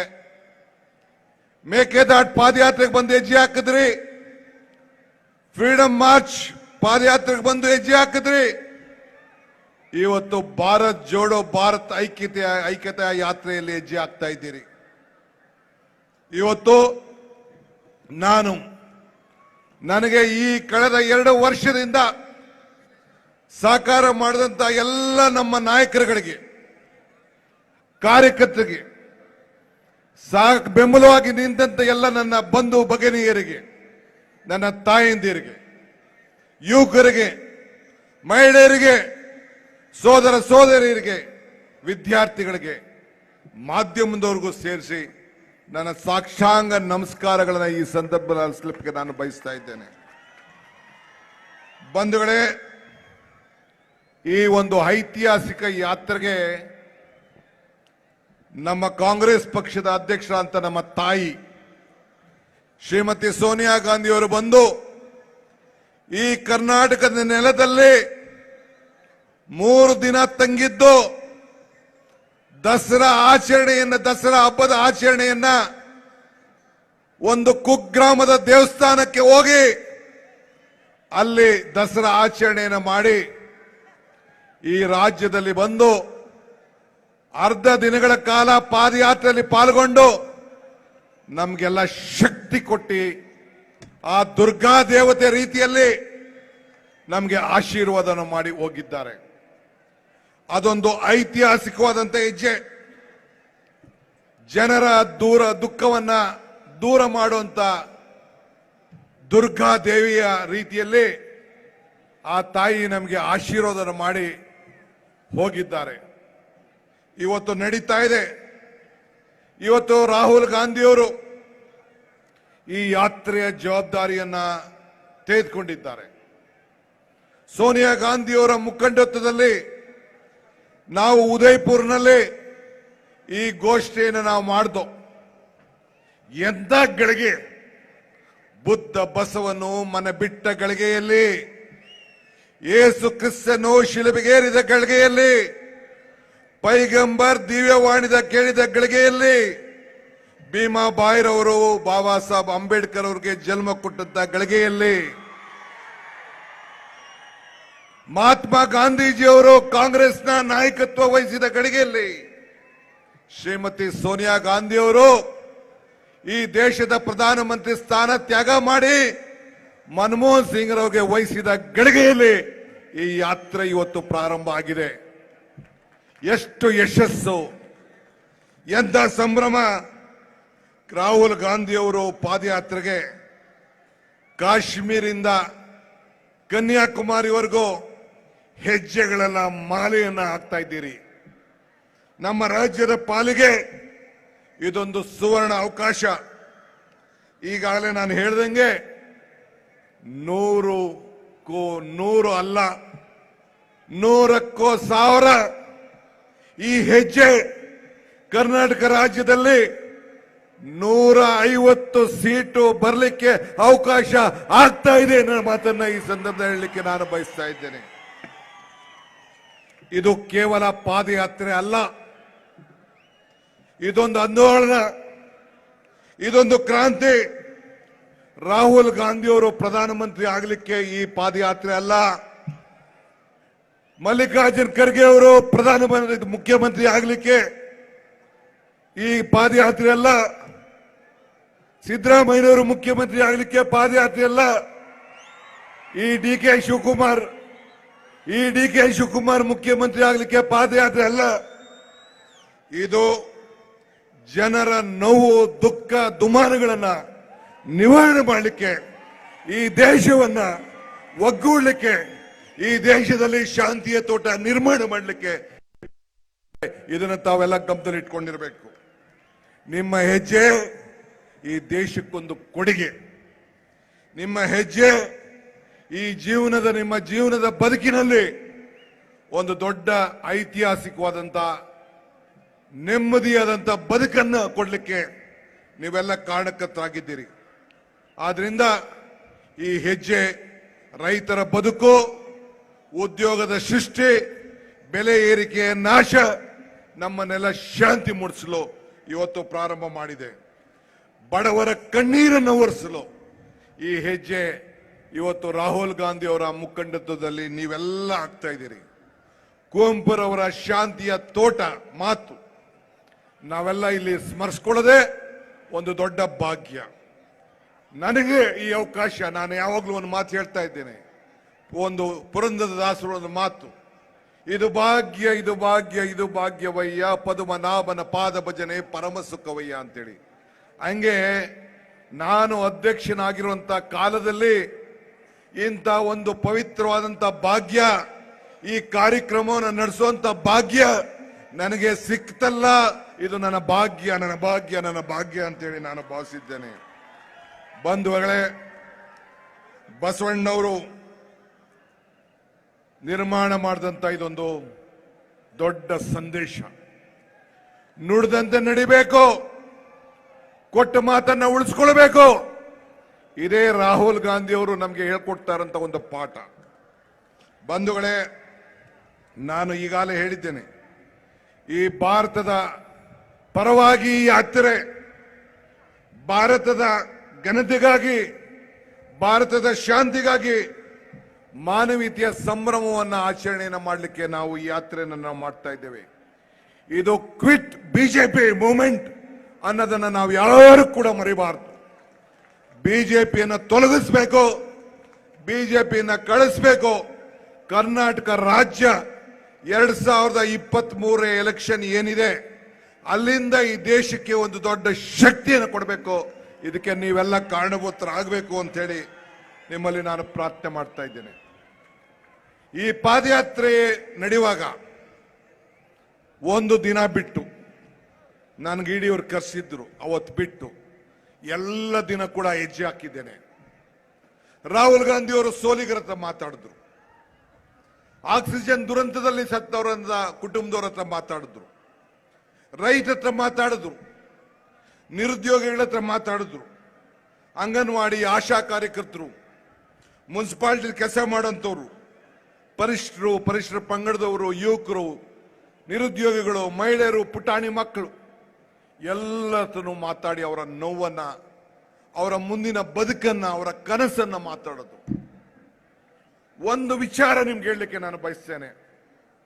ಒಬ್ಬ ಮಾಧ್ಯಮ ಮಿತ್ರರನ್ನ ಅವ್ರಿಗೆ ಪರಿಚಯ ಮಾಡಿಕೊಟ್ಟೆ. I introduce a media friend to him. ಆತ ಕೇಳ್ದ, ಯಾಸ್ಟ್, ಯಾಕೆ ನಿಮ್ಗೇನು ಅಧಿಕಾರ ನೀವು ವಹಿಸ್ಕೊಳ್ಳಿಲ್ಲ, ನಿಮ್ಮ ತಾಯಿ ಏನು ವಹಿಸ್ಕೊಳ್ಳಿಲ್ಲ, ಯಾವ ಅಧಿಕಾರನೂ ನೀವು ಬಯಸಲಿಲ್ಲ, ಇರೋ ಅಧಿಕಾರನೂ ಬಿಟ್ಬಿಟ್ರಿ, ಯಾಕೆ ಶ್ರಮ ಪಡ್ತಾ ಇದ್ದೀರಿ ಅಂತ ಆತ ಕೇಳ್ದ. ರಾಹುಲ್ ಗಾಂಧಿ ಅವರು, ನಾನು ಪಕ್ಕದಲ್ಲಿ ಇದ್ದೇನೆ, ರಾಹುಲ್ ಗಾಂಧಿ ಅವರು ಹೇಳಿದ್ರು, ನೋಡು, ಹುಟ್ಟುವಾಗ ನಮ್ಮ ಮನೆ ಕುಟುಂಬದವರೆಲ್ಲ ಖುಷಿ ಪಡ್ತಾರೆ, ಆದರೆ ನಮ್ಮ ಬದುಕಿನಲ್ಲಿ, ನಮ್ಮ ಕುಟುಂಬದಲ್ಲಿ ನನ್ನ ತಾತ, ನನ್ನ ಮುತ್ತಜ್ಜ, ನನ್ನ ತಾಯಿ, ನನ್ನ ತಂದೆ ನನಗೆ ಕೊಟ್ಟಿರುವಂತ ಪ್ರೀತಿ, ನಮ್ಮ ಕುಟುಂಬ ಇದೆಯಲ್ಲ, ಆ ಪ್ರೀತಿಗೆ ಯಾರು ಕೂಡ ನಾವು ಋಣ, ಆ ಪ್ರೀತಿಗೋಸ್ಕರ ಇವತ್ತು ಈ ತ್ಯಾಗವನ್ನು ನಾನು ಮಾಡ್ತಾ ಇದ್ದೇನೆ ಅಂತೇಳಿ ರಾಹುಲ್ ಗಾಂಧಿ ಅವರು ಹೇಳಿದ್ರು. ಅವರ ಸಾಕ್ಷಿ ನಮ್ಮ ನಾಯಕನಿಗೆ ಇಂಥ ಒಂದು ಮನೋಭಾವ, ಒಂದು ದೇಶ ಪ್ರೇಮಿ ರೂಪದಲ್ಲಿ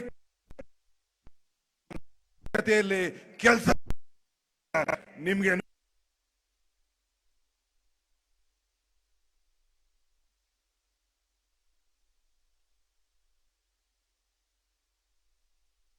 ಇವತ್ತು ಅವರ ಪ್ರೀತಿ ವಿಶ್ವಾಸ ನಾವೆಲ್ಲ ಉಳಿಸ್ಕೊಂಡು ಹೋಗ್ಬೇಕು. ಇವತ್ತು ಕನಕ ದುರ್ಗಮ್ಮನ ದೇವಿಯ ಸನ್ನಿಧಿಯಲ್ಲಿ ನಾವೆಲ್ಲ ಇದ್ದೇವೆ. ವಿಜಯ ಕರ್ನಾಟಕದ ಸಂದರ್ಭದಲ್ಲಿ ನಾವು ಇದ್ದೇವೆ. ವಿಜಯನಗರದ ಸಾಮ್ರಾಜ್ಯದಲ್ಲಿ ನಾವೆಲ್ಲ ಇದ್ದೇವೆ. ಆ ಸಾಮ್ರಾಜ್ಯ ಕರ್ನಾಟಕ ರಾಜ್ಯದಲ್ಲಿ ಮತ್ತೆ ನಿರ್ಮಾಣ ಆಗಬೇಕು. 40% ಸರ್ಕಾರ ತೆಗಿಬೇಕು. ಈ ದೇಶದಲ್ಲಿ ನೆಮ್ಮದಿಯಾದಂತಹ ಆಡಳಿತವನ್ನು ಕೊಡಬೇಕು. ಯುವಕರಿಗೆ ಉದ್ಯೋಗವನ್ನು ಸೃಷ್ಟಿ ಮಾಡಬೇಕು. ಅದಕ್ಕೆ ಇವತ್ತು ನಾವೆಲ್ಲ ಸೇರಿ ಕೆಲಸ ಮಾಡೋಣ. ಇವು ನಮಗೆ ಅಧಿಕಾರ ಮುಖ್ಯ ಅಲ್ಲ.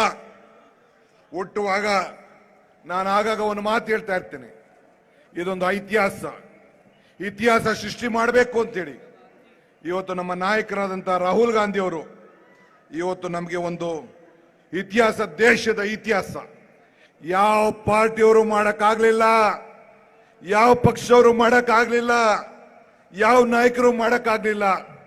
ಅಧಿಕಾರ ಇಲ್ಲದೆ ಅಧಿಕಾರ ತೆಗೆದುಕೊಳ್ಳದೆ ಈ ದೇಶಕ್ಕೋಸ್ಕರ ಮಾಡಿ ನಮಗೆ ನಿಮಗೆ ಒಂದು ಮುನ್ನಡಿಯನ್ನ ಬರೆದಿದ್ದಾರೆ. ಅವರ ವಿಚಾರಧಾರೆಯಲ್ಲಿ ನಾವೆಲ್ಲ ಸೇರಿ ಕೆಲಸ ಮಾಡ್ಕೊಂಡು ಹೋಗೋಣ ಅಂತ ಹೇಳಿ ಈ ಸಂದರ್ಭದಲ್ಲಿ ಹೇಳಿ ತಮಗೆ ಇಂಥ ಒಂದು ದೊಡ್ಡ ಅವಕಾಶವನ್ನ ಮಾಡಿಕೊಟ್ಟಿದ್ದೀರಿ. ವಾಗ್ದಾನ ನಮ್ಮದು, ವಿಶ್ವಾಸ ನಿಮ್ಮದು. ಗ್ಯಾರಂಟಿನಾ? ವಾಗ್ದಾನ ನಮ್ಮದು, ವಿಶ್ವಾಸ ನಿಮ್ಮದು. ನಿಮ್ಮನ್ನ ಸಂಕಷ್ಟವನ್ನ ನಿವಾರಣೆ ಮಾಡುವಂತ ವಾಗ್ದಾನ ನಾವು ಮಾಡಿದ್ದೇವೆ. ಆದ್ರಿಂದ ನಮ್ಮ ನಡೆ, ನಮ್ಮ ನುಡಿ ಯಾವಾಗಲೂ ಕೂಡ ಒಂದೇ ಆಗಿರ್ತದೆ. ಮತ್ತೆ ಹೇಳ್ತಾ ಇದ್ದೀನಿ, ನಮ್ಮ ನಡೆ, ನಮ್ಮ ನುಡಿ ಯಾವಾಗಲೂ ಒಂದಿರ್ತದೆ. ನುಡಿದಂತೆ ನಡೀತೇವೆ. ನಮಗೆ ಆಶೀರ್ವಾದ ಮಾಡಿ, ವಿಶ್ವಾಸ ಇಡಿ, ನಂಬಿಕೆ ಇಡಿ. ನಿಮ್ಮ ಸೇವೆಯನ್ನು ಮಾಡ್ತೇವೆ, ನಿಮ್ಮ ಋಣವನ್ನು ತೀರಿಸ್ತೇವೆ. ಜೈ ಹಿಂದ್, ಜೈ ಕರ್ನಾಟಕ. ಜೋಡೋ ಜೋಡೋ, ಜೋಡೋ ಜೋಡೋ. ಎಲ್ಲರಿಗೂ ನಮಸ್ಕಾರ.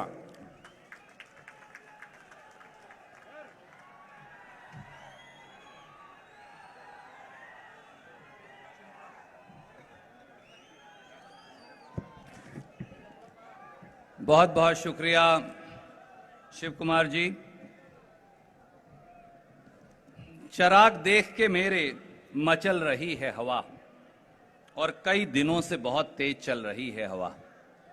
कई आंधी तूफान इस यात्रा में आए, बना रहे थे जो किस्से मेरी तबाही के, उन्हें पता ही नहीं रुख बदल चुकी है हवा। अब मैं अनुरोध करूंगा पूर्व मुख्यमंत्री जो जिनका जमीन से जुड़ाव आप सबको मालूम है, जो हर दिल अजीज हैं, और जिन्होंने कांग्रेस की सरकार के जब वो मुख्यमंत्री थे तो कई ऐसी स्कीम्स चलाई जिनसे जाति से ऊपर उठ के, धर्म से ऊपर उठ के प्रदेश के गरीब को मौका मिला। आदरणीय सिद्धारमैया साहब,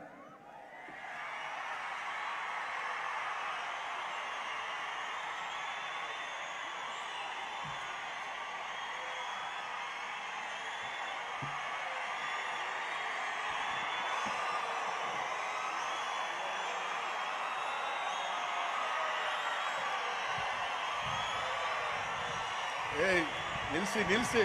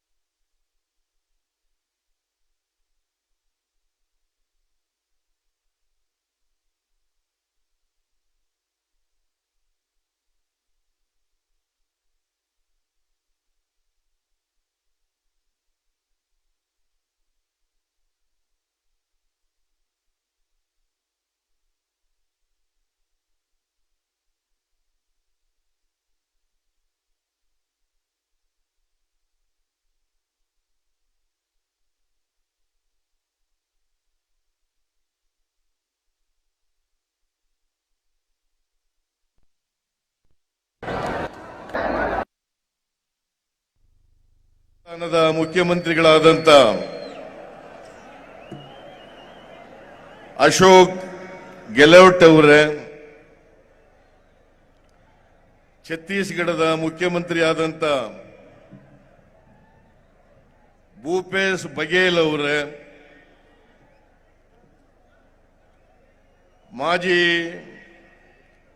ಮುಖ್ಯಮಂತ್ರಿಗಳಾದಂತ ಶ್ರೀ ದಿಗ್ವಿಜಯ್ ಸಿಂಗ್ ಅವರೇ,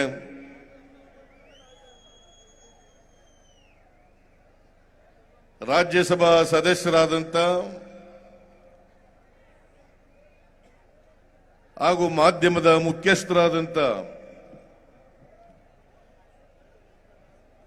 ಶ್ರೀ ಜೈರಾಮ್ ರಮೇಶ್ ಅವರೇ, ಎಐಸಿಸಿ ಪ್ರಧಾನ ಕಾರ್ಯದರ್ಶಿಗಳಾದಂಥ ಶ್ರೀ ವೇಣುಗೋಪಾಲ್ ಅವರೇ, ಶ್ರೀ ಸುರ್ಜೇವಾಲಾ ಅವರೇ, ಪ್ರದೇಶ್ ಕಾಂಗ್ರೆಸ್ ಸಮಿತಿಯ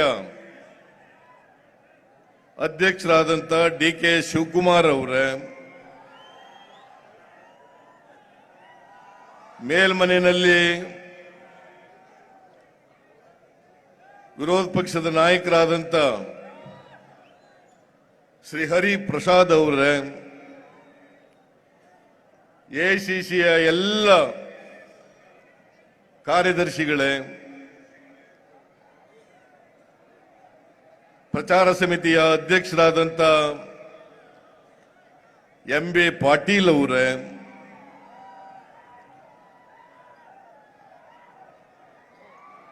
ಪಿಸಿಸಿ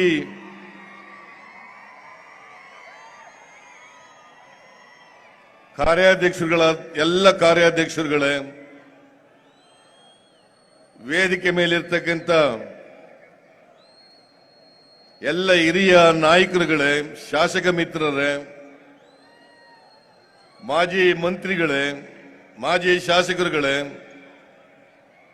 ಲೋಕಸಭಾ ಮತ್ತು ರಾಜ್ಯಸಭಾ ಸದಸ್ಯರುಗಳೇ, ಎಲ್ಲ ಮುಂಚೂಣಿ ಘಟಕಗಳ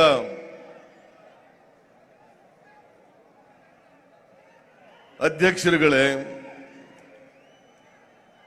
ಜಿಲ್ಲಾ ಕಾಂಗ್ರೆಸ್ಸಿನ ಅಧ್ಯಕ್ಷರುಗಳೇ, ಇಲ್ಲಿ ಇಷ್ಟೊಂದು ಬೃಹತ್ ಸಂಖ್ಯೆಯಲ್ಲಿ ಆಗಮಿಸಿರ್ತಕ್ಕಂಥ ಎಲ್ಲ ಆತ್ಮೀಯ ಕಾರ್ಯಕರ್ತ ಬಂಧುಗಳೇ, ತಾಯಂದಿರೇ, ಎಲ್ಲ ಯುವಕ ಮಿತ್ರರೇ, ಮಾಧ್ಯಮದ ಎಲ್ಲ ಗೆಳೆಯರೇ, ನನ್ನ ಭಾಷಣದ ನಂತರ ರಾಹುಲ್ ಗಾಂಧಿ ಅವರು ನಿಮ್ಮನ್ನೆಲ್ಲ ಉದ್ದೇಶಿಸಿ ಭಾಷಣ ಮಾಡ್ತಾರೆ. ನೀವೆಲ್ಲರೂ ಕೂಡ ಶಾಂತವಾಗಿ ರಾಹುಲ್ ಗಾಂಧಿ ಅವರು ಕೊಡ್ತಕ್ಕಂಥ ಸಂದೇಶವನ್ನ ಕೇಳಬೇಕು. ರಾಹುಲ್ ಗಾಂಧಿ ಅವರು ಈ ಭಾರತ ಯಾತ್ರೆಯನ್ನ ಕೈಗೊಂಡಿರ್ತಕ್ಕಂಥದ್ದು ಮುಂದಿನ ಲೋಕಸಭಾ ಚುನಾವಣೆಯನ್ನ ಗೆಲ್ಲಬೇಕು ಅಥವಾ ಕರ್ನಾಟಕದಲ್ಲಿ ವಿಧಾನಸಭಾ ಚುನಾವಣೆಯನ್ನ ಗೆಲ್ಲಬೇಕು ಅಂತಕ್ಕಂಥ ಉದ್ದೇಶದಿಂದ ಮಾಡ್ತಾ ಇರತಕ್ಕಂಥ ಪಾದಯಾತ್ರೆ ಅಲ್ಲ. ಬಹುಶಃ ಸ್ವತಂತ್ರ ಭಾರತದ ಇತಿಹಾಸದಲ್ಲಿ ಇದು ಒಂದು ಐತಿಹಾಸಿಕವಾದಂತ ಪಾದಯಾತ್ರೆ. ಈ ಹಿಂದೆ ಪಾದಯಾತ್ರೆಗಳು ನಡೆದಿಲ್ಲ ಅಂತಕ್ಕಂಥ ಮಾತುಗಳನ್ನು ಹೇಳಲ್ಲ. ಮಹಾತ್ಮ ಗಾಂಧೀಜಿಯವರು ಪಾದಯಾತ್ರೆ ಮಾಡಿದ್ದಾರೆ, ವಿನೋಬಾ ಭಾವೆಯವರು ಪಾದಯಾತ್ರೆ ಮಾಡಿದ್ದಾರೆ, ಚಂದ್ರಶೇಖರ್ ಅವರು ಪಾದಯಾತ್ರೆಯನ್ನು ಮಾಡಿದ್ದಾರೆ. ಆದರೆ ಏಕಕಾಲದಲ್ಲಿ ಸುಮಾರು 3570 ಕಿಲೋಮೀಟರ್ ಕನ್ಯಾಕುಮಾರಿಯಿಂದ ಕಾಶ್ಮೀರದವರೆಗೆ ಇಷ್ಟೊಂದು ಉದ್ದನೆಯ ಪ್ರವಾಸವನ್ನ ಕೈಗೊಂಡಿರ್ತಕ್ಕಂಥದ್ದು ಇದು ಐತಿಹಾಸಿಕವಾದಂತ ಪಾದಯಾತ್ರೆ ಅಂತಕ್ಕಂಥದನ್ನು ತಾವೆಲ್ಲ ತಿಳ್ಕೋಬೇಕಾಗ್ತದೆ. ಈಗಾಗಲೇ 1000 ಕಿಲೋಮೀಟರ್ ಪಾದಯಾತ್ರೆಯನ್ನ ಅವರು ಮುಗಿಸಿದ್ದಾರೆ. ಇದಾದ್ಮೇಲೆ ಆಂಧ್ರ, ಕರ್ನಾಟಕ ಆದ್ಮೇಲೆ ಆಂಧ್ರ, ಆಮೇಲೆ ತೆಲಂಗಾಣ, ಆಮೇಲೆ ಮಹಾರಾಷ್ಟ್ರ, ಹೀಗೆ 12 ರಾಜ್ಯಗಳಲ್ಲಿ 2 ಕೇಂದ್ರಾಡಳಿತ ಪ್ರದೇಶಗಳಲ್ಲಿ ಪಾದಯಾತ್ರೆಯನ್ನ ಮಾಡ್ತಾ ಇದ್ದಾರೆ. ಈ ಪಾದಯಾತ್ರೆಯ ಉದ್ದೇಶವನ್ನ ಅನೇಕ ಬಾರಿ ರಾಹುಲ್ ಗಾಂಧಿ ಅವರು ಸ್ಪಷ್ಟಪಡಿಸಿದ್ದಾರೆ. ಕರ್ನಾಟಕಕ್ಕೆ ಆಗಮಿಸಿದಾಗ ಗುಂಡ್ಲುಪೇಟೆನಲ್ಲೂ ಕೂಡ ಇದರ ಉದ್ದೇಶವನ್ನು ಸ್ಪಷ್ಟಪಡಿಸಿದ್ದಾರೆ.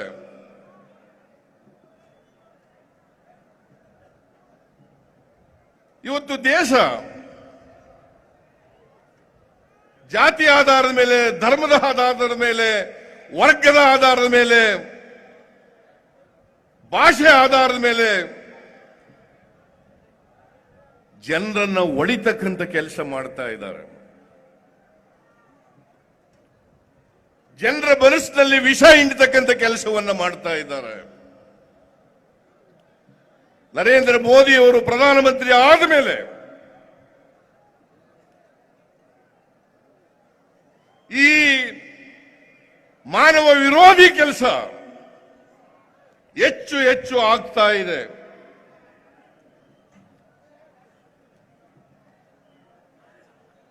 ಎಲ್ಲ ಕಡೆ ದ್ವೇಷದ ರಾಜಕಾರಣ, ಎಲ್ಲ ಕಡೆ ಅಹಿಂಸೆಯ ರಾಜಕಾರಣ, ಅಲ್ಲ ಹಿಂಸೆಯ ರಾಜಕಾರಣ, ಹಿಂಸೆಯ ರಾಜಕಾರಣ. ಜನರು ಇವತ್ತು ಭಯದ ವಾತಾವರಣದಲ್ಲಿ ಬದುಕತಕ್ಕಂಥ ಪರಿಸ್ಥಿತಿ ನಿರ್ಮಾಣ ಆಗಿದೆ. ಹಿಂದುಳಿದವರು, ದಲಿತರು, ಅಲ್ಪಸಂಖ್ಯಾತರು, ಬಡವರು, ರೈತರು ನೆಮ್ಮದಿಯಿಂದ ಶಾಂತಿಯಿಂದ ಬಾಳಲಿಕ್ಕೆ ಸಾಧ್ಯ ಆಗದೆ ಇರತಕ್ಕಂಥದ್ದು ಇಂಥ ವಾತಾವರಣ ಆಗಿದೆ. ಕುವೆಂಪು ಅವರು ಹೇಳಿದ್ರು, ಭಾರತ ದೇಶ ಸರ್ವ ಜನಾಂಗದ ಶಾಂತಿಯ ತೋಟ ಆಗಬೇಕು ಅಂತ ಹೇಳಿದ್ರು. ಇಲ್ಲಿ ವಾಸ ಮಾಡ್ತಕ್ಕಂಥ ಎಲ್ಲ ಜನರು ಕೂಡ ಶಾಂತಿಯಿಂದ, ಪ್ರೀತಿ, ವಿಶ್ವಾಸದಿಂದ ಮಾನವರಾಗಿ ಬದುಕ್ತಕ್ಕಂಥ ಸನ್ನಿವೇಶ ನಿರ್ಮಾಣ ಆಗಬೇಕು. ಆದರೆ ಇದಕ್ಕೆ ತದ್ವಿರುದ್ಧವಾಗಿ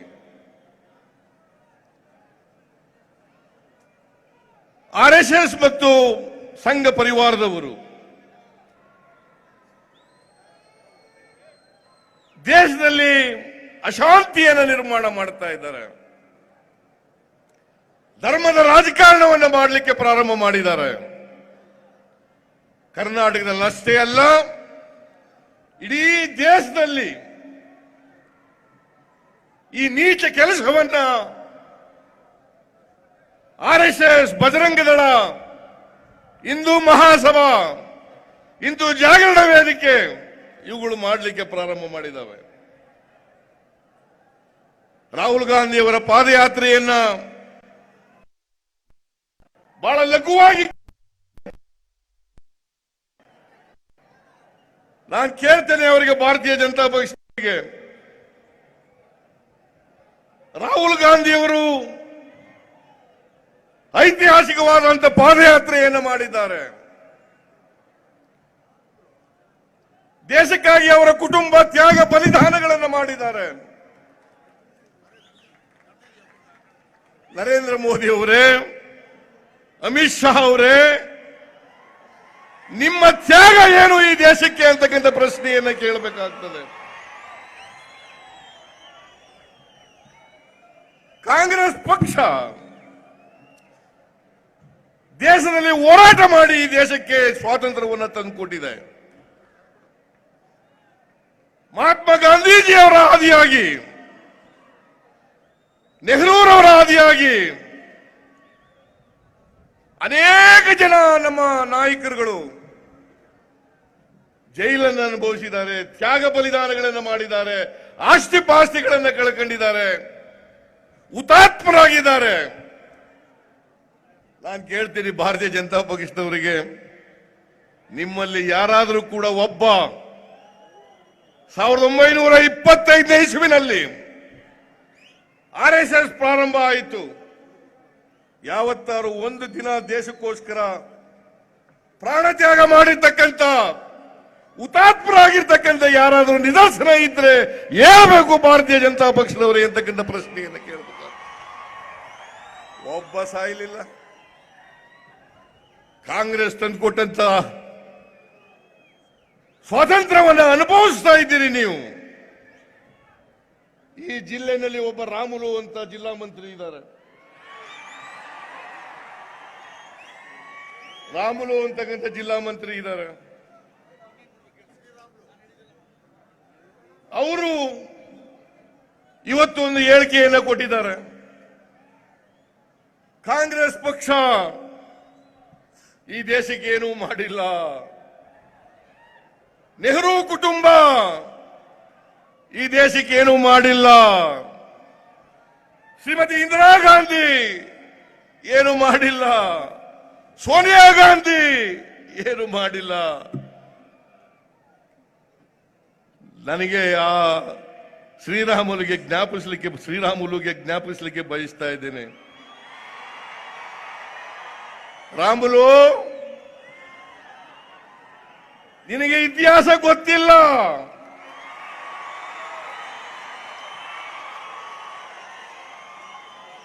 ನೆಹರು ಫ್ಯಾಮಿಲಿ ಬಗ್ಗೆ, ಕಾಂಗ್ರೆಸ್ನವರ ಬಗ್ಗೆ ಮಾತಾಡಲಿಕ್ಕೆ ನಿನಗೆ ಯಾವುದೇ ನೈತಿಕ ಹಕ್ಕಿಲ್ಲ.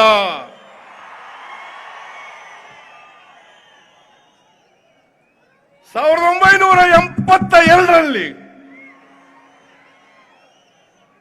ವಿಜಯನಗರ ಉಕ್ಕಿನ ಕಾರ್ಖಾನೆಯನ್ನ ಸ್ಥಾಪನೆ ಮಾಡಿದವರು ಯಾರಪ್ಪ? ರಾಮುಲು. ಇವತ್ತು ಸಾವಿರಾರು ಜನರಿಗೆ ಉದ್ಯೋಗ ಕೊಟ್ಟಿದ್ರೆ, ಊಟ ಕೊಟ್ಟಿದ್ರೆ ಅದಕ್ಕೆ ಶ್ರೀಮತಿ ಇಂದಿರಾ ಗಾಂಧಿ ಅವರು ಕಾರಣ ಅಂತಕ್ಕಂಥದ್ದನ್ನ ಜ್ಞಾಪಕ ಮಾಡ್ಕೋಬೇಕಾಗ್ತದೆ. ಸೋನಿಯಾ ಗಾಂಧಿ ಅವರು ಬಳ್ಳಾರಿಯಿಂದ 1999ನೇ ಇಸ್ವಿನಲ್ಲಿ ಸ್ಪರ್ಧೆ ಮಾಡಿದ್ರು. ಅವರು ಲೋಕಸಭಾ ಸದಸ್ಯರಾದ ಮೇಲೆ ಕೊಡ್ತೀನಿ ವಿದ್ಯುತ್ ಶಕ್ತಿ ಪ್ರಾಜೆಕ್ಟ್ ಅನ್ನ ತಂದವರು ಯಾರು? ರಾಮುಲು. 3,300 ಕೋಟಿ ರೂಪಾಯಿಗಳನ್ನು ತಂದು ಕರ್ನಾಟಕವನ್ನು ಅಭಿವೃದ್ಧಿ ಮಾಡಿದಂತ, ಬಳ್ಳಾರಿಯನ್ನ ಅಭಿವೃದ್ಧಿ ಮಾಡಿದಂತ ನಾಯಕರು ಶ್ರೀಮತಿ ಸೋನಿಯಾ ಗಾಂಧಿ. ನಾನು ಕೇಳ್ತೀನಿ ರಾಮುಲುಗೆ, ನಿಂದೇನಪ್ಪ ಕಾಂಟ್ರಿಬ್ಯೂಷನ್? ಬಿಜೆಪಿ ಅವ್ರದ್ದು ಏನ್ರಿ ಕಾಂಟ್ರಿಬ್ಯೂಷನ್? 8 ವರ್ಷ ಆಯ್ತು ಪ್ರಧಾನಮಂತ್ರಿಯಾಗಿ ನರೇಂದ್ರ ಮೋದಿ ಅವರು. ಬಳ್ಳಾರಿ ಜಿಲ್ಲೆಗೆ 1 ರೂಪಾಯಿ ಕೆಲಸ ಆಗಿದೆ ಅಂತ ಹೇಳಿ ತೋರಿಸಿದ್ರೆ ರಾಮುಲು ಚರ್ಚೆ ಮಾಡಕ್ ತಯಾರಾಗಿದ್ಯಾ? ನಿನ್ನಂತ ಪೆದ್ದನ ಜೊತೆಯಲ್ಲಿ ನಾವು ಯಾರು ಕೂಡ ಚರ್ಚೆ ಮಾಡಲಿಕ್ಕೆ ತಯಾರಿಲ್ಲ.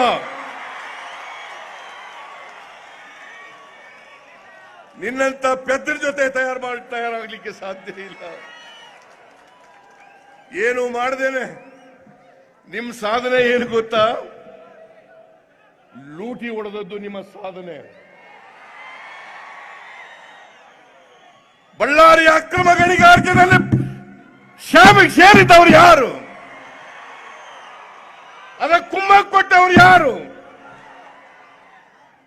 ನಾವು ವಿರೋಧ ಮಾಡಿ, ಕಾಂಗ್ರೆಸ್ನವರು ವಿರೋಧ ಮಾಡಿ, ಬೆಂಗಳೂರಿನಿಂದ ಬಳ್ಳಾರಿಗೆ ಪಾದಯಾತ್ರೆ ಮಾಡಿದ ಮೇಲೆ ಇವರೆಲ್ಲರೂ ಕೂಡ ಜನಾರ್ದನ್ ರೆಡ್ಡಿ ಜೈಲ್ಗೆ ಹೋಗಬೇಕಾದಂತ ಪರಿಸ್ಥಿತಿ ನಿರ್ಮಾಣ ಆಯಿತು. ಇವತ್ತು ಕೂಡ ಅನೇಕ ಕ್ರಿಮಿನಲ್ ಮೊಕದ್ದಮೆಗಳನ್ನು ಎದುರಿಸ್ತಾ ಇದ್ದಾರೆ. ನಿಮಗೆ ಯಾವುದೇ ನೈತಿಕತೆ ಇಲ್ಲ ರಾಮುಲು. ಕಾಂಗ್ರೆಸ್ನವರನ್ನ ಪ್ರಶ್ನೆ ಮಾಡಲಿಕ್ಕೆ ನಿಮಗೆ ಯಾವುದೇ ಆಧಾರ ಇಲ್ಲ.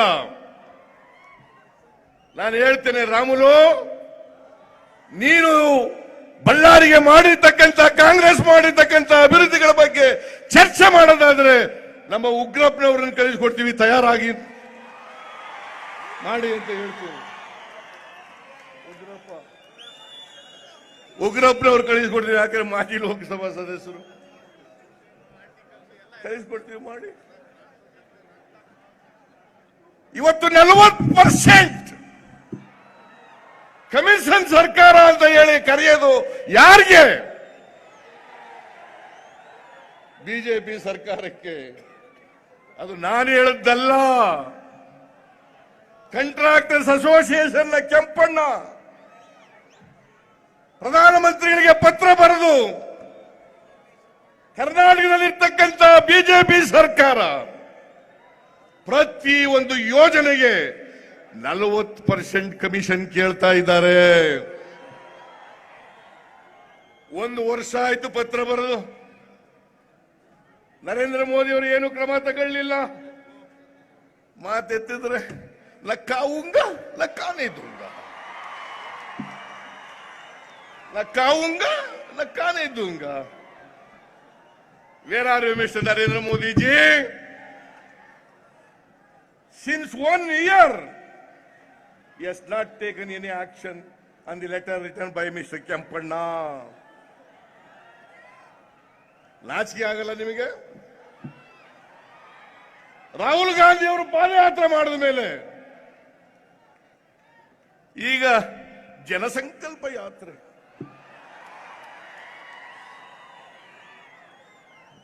ಜನಸಂಕಲ್ಪ ಯಾತ್ರೆ ಜನ ಸಂಕಲ್ಪ ಮಾಡಿದ್ದಾರೆ.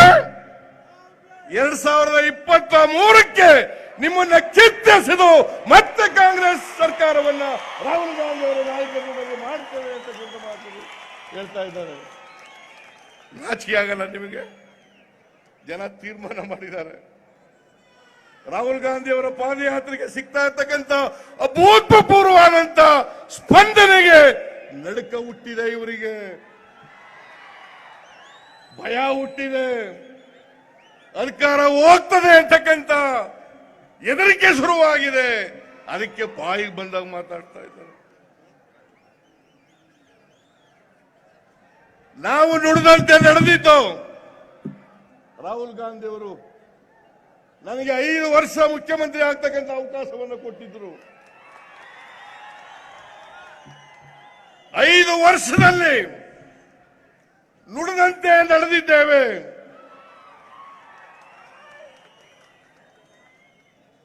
ಅದರ ಜೊತೆಗೆ ಇನ್ನು 30 ಕಾರ್ಯಕ್ರಮಗಳನ್ನು ಮಾಡಿದ್ದೇವೆ. 165 ಭರವಸೆಗಳಲ್ಲಿ 158 ಭರವಸೆಗಳನ್ನು ಈಡೇರಿಸಿದ್ದೇವೆ. ನೀವು 2018ರಲ್ಲಿ ಕೊಟ್ಟಿರೋ ಪ್ರಣಾಳಿಕೆ, not even 10% of the promises you have made in the manifesto of 2018. ನಾಚಿಕೆ ಆಗಲ್ಲ ನಿಮಗೆ? ಮಾನ ಮರ್ಯಾದೆ ಇಲ್ಲ ನಿಮಗೆ?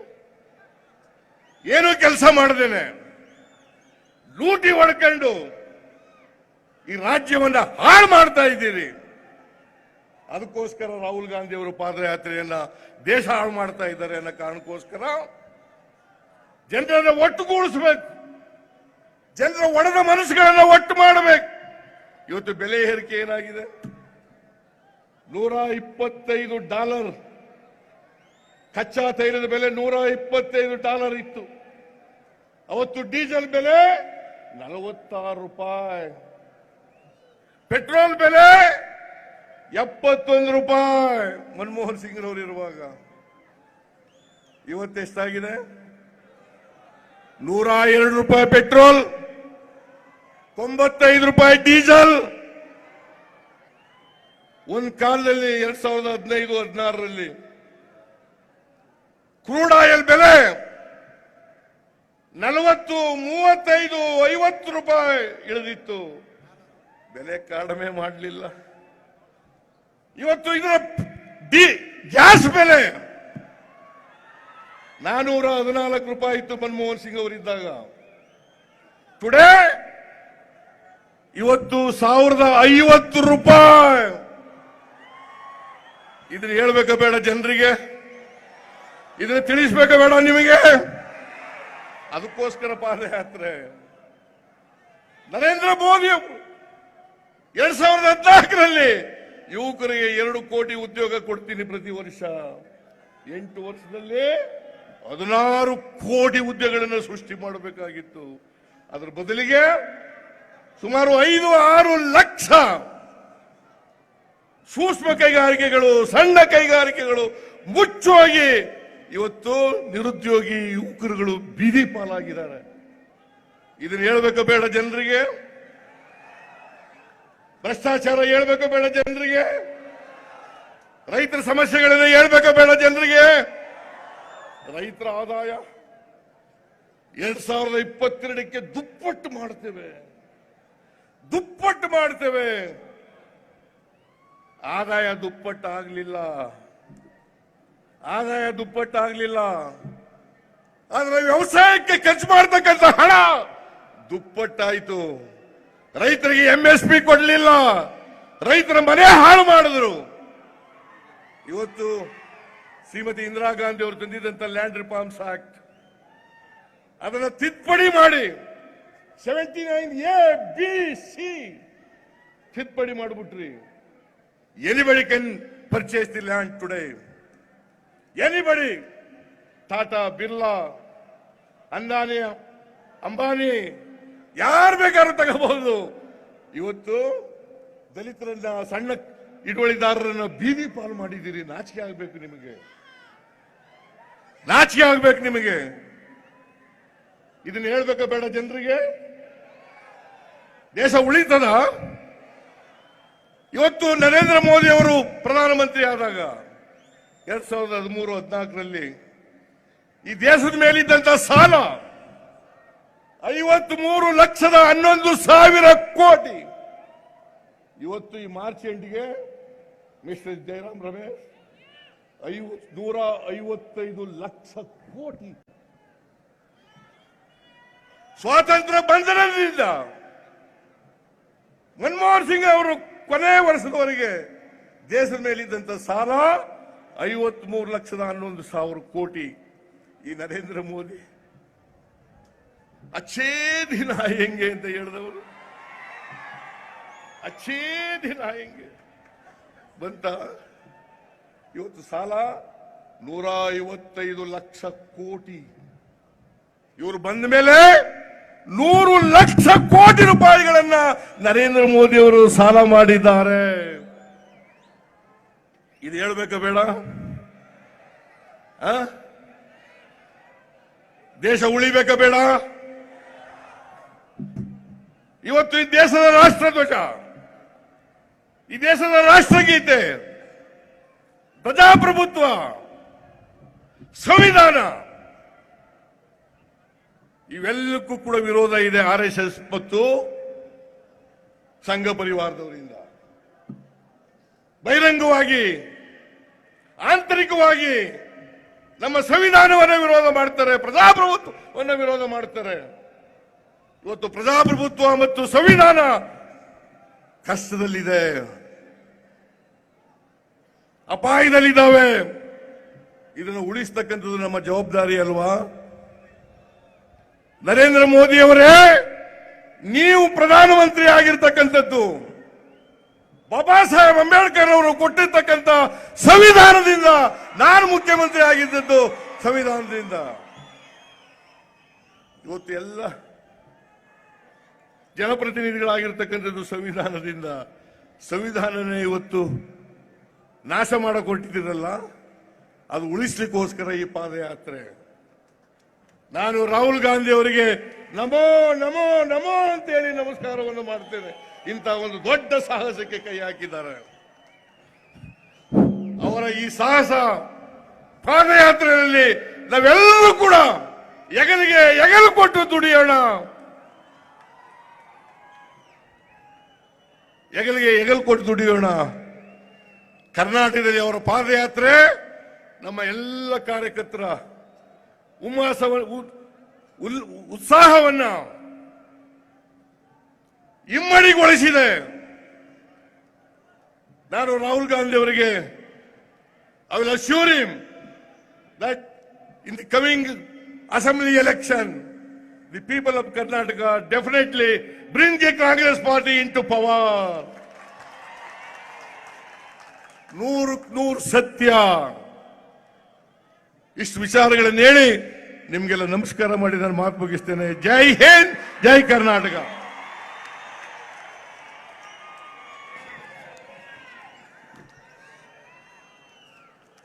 बहुत बहुत शुक्रिया आदरणीय सिद्धारमैया साहब का। दोस्तों, अब वो घड़ी आ गई है जिसका आपको इंतजार था। 75 साल में कौन ऐसा शख्स है जो 3570 किलोमीटर इस देश के गांव गांव, गली गली, शहर शहर चला? उस शख्स का नाम है राहुल गांधी। 75 साल में। ಈಗ ತಮ್ಮೆಲ್ಲರ ಪರವಾಗಿ ಕನಕ ದುರ್ಗಮ್ಮ ದೇವಿಗೆ ರಾಹುಲ್ ಗಾಂಧಿ ಅವರು ಈ ಖಡ್ಗವನ್ನ ಅರ್ಪಣೆ ಮಾಡಲಿಕ್ಕೆ ತೆಗೆದುಕೊಂಡು ಬಂದಿದ್ದಾರೆ।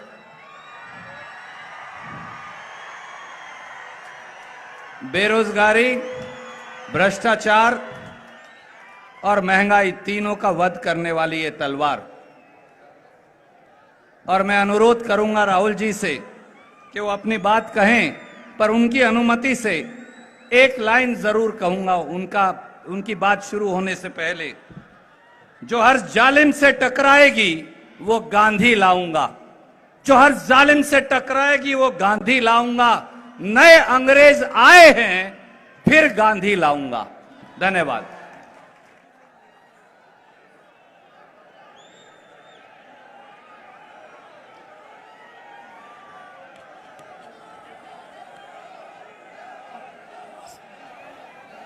केसी वेणुगोपाल जी, रणदीप सुरजेवाला जी, मल्लिकार्जुन खड़गे जी, डीके शिव कुमार जी, सिद्धरमैया जी,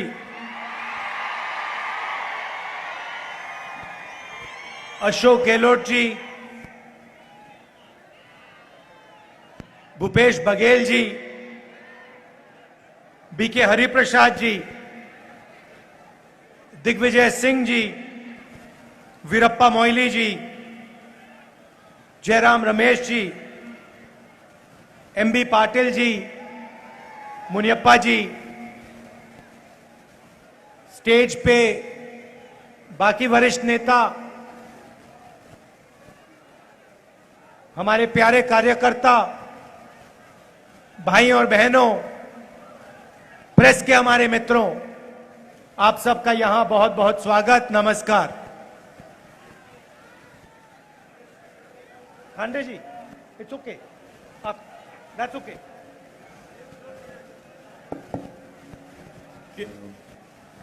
केसी वेणुगोपाल जी ಅವರೇ, नो नीड, नो नीड।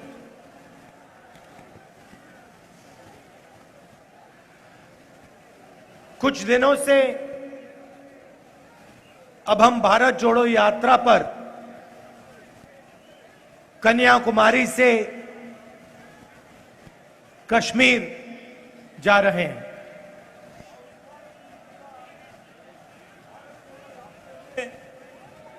ಕಾಶ್ಮೀರದಿಂದ ಕನ್ಯಾಕುಮಾರಿವರೆಗೆ ಕಾಲ್ನಡಿಗೆಯಲ್ಲಿ ನಡೆಯುತ್ತಲಿದ್ದೇವೆ।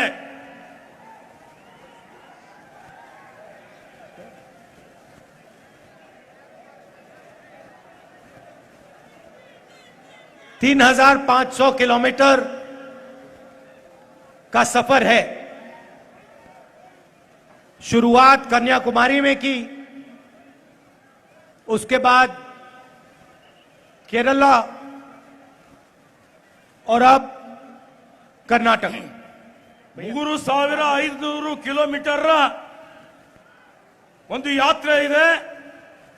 ಮೊದಲು ಕೇರಳದಿಂದ ಪ್ರಾರಂಭ ಆಗಿ ತಮಿಳುನಾಡಿನಿಂದ कर्नाटक राज्यಕ್ಕೆ ಬಂದಿದ್ದೇವೆ। शुरुआत में हम सब ने सोचा था, मैंने भी सोचा था कि 3,500 किलोमीटर 3,500 किलोमीटर चलना आसान बात नहीं। ಪ್ರಾರಂಭದಲ್ಲಿ ನಾನು 3,500 ಕಿಲೋಮೀಟರ್ ನಡೆಯುವುದು ಸಾಮಾನ್ಯ ವಿಷಯವಲ್ಲ ಅಂತ ತಿಳ್ಕೊಂಡಿದ್ದೆ। मगर जब हमने चलना शुरू किया, पहले दिन, दूसरे दिन, 5वें दिन, चलना काफी आसान लगने लगा। ನಾನು ಯಾವಾಗ ನಡಿಗೆ ಪ್ರಾರಂಭ ಮಾಡಿದೆ, 1ನೇ ದಿವಸ, 2ನೇ ದಿವಸ, 3ನೇ ದಿವಸ, 5ನೇ ದಿವಸ ದಿನ ಕಳೆದಂತೆ ನನ್ನ ನಡಿಗೆ ಬಹಳ ಸುಲಭವಾಗಿ ನಡೆಯುವಂತದ್ದಾಯಿತು। ऐसे लग रहा था कि कोई ना कोई शक्ति पीछे से पूरी यात्रा को आगे की ओर धकेल रही है। ನನಗೆ ಹಿಂಗೆ ಅನಿಸ್ತಾ ಇತ್ತು, ಯಾವುದೋ ಒಂದು ಶಕ್ತಿ ಈ ಯಾತ್ರೆಯನ್ನು ಹಿಂದಿನಿಂದ ನಮಗೆ ಮುಂದೆ ನಡಿಲಿಕ್ಕೆ ಅವಕಾಶ ಕೊಡ್ತಾ ಇದೆ, ಶಕ್ತಿ ಕೊಡ್ತಾ ಇದೆ। जब भी यात्रा में थकान होती है तो कोई ना कोई दौड़ता हुआ आता है, मदद करके चला जाता है। ಯಾವಾಗಲೂ ಯಾತ್ರೆಯಲ್ಲಿ ದಣಿವಾಗಿದ್ದಾಗ ಯಾರಾದ್ರೂ ಓಡ್ತಾ ಬರ್ತಾರೆ, ಆ ಯಾತ್ರಿಗಳಿಗೆ ಸಹಾಯವನ್ನು ಮಾಡ್ತಾರೆ। कभी छोटा सा बच्चा कुछ कह देगा, कभी कोई विकलांग व्यक्ति आके कुछ कह देगा, कभी एक बुजुर्ग व्यक्ति आके कुछ कह देगा, उन शब्दों से मदद मिल जाती है। ಯಾವಾಗ ಸಣ್ಣ ಮಗು ಬಂದು ನಮಗೆ ಮಾತನಾಡ್ತಾರೆ, ಯಾವಾಗ ಒಬ್ಬ ವೃದ್ಧ ವ್ಯಕ್ತಿ ಬಂದು ಮಾತನಾಡ್ತಾರೆ, ಯಾವಾಗ ಒಬ್ಬ ಬೇರೆ ಮಹಿಳೆ ಬಂದು ಮಾತಾಡ್ತಾರೆ, ಅವಾಗ ನಮಗೆ ಮುಂದೆ ಹೋಗ್ಲಿಕ್ಕೆ ಇನ್ನು ಹೆಚ್ಚಿನ ಶಕ್ತಿ ದೊರಕುತ್ತದೆ। और देखिए, ये पहली बार पब्लिक मीटिंग में बकरी आई है। ನೋಡಿ, ಈಗ ಮೊದಲನೇ ಸಲ ನಮ್ಮ ಸಾರ್ವಜನಿಕ ಸಭೆಯಲ್ಲಿ ಕುರಿ ಬಂದಿದೆ। भैया उसको तंग मत करो,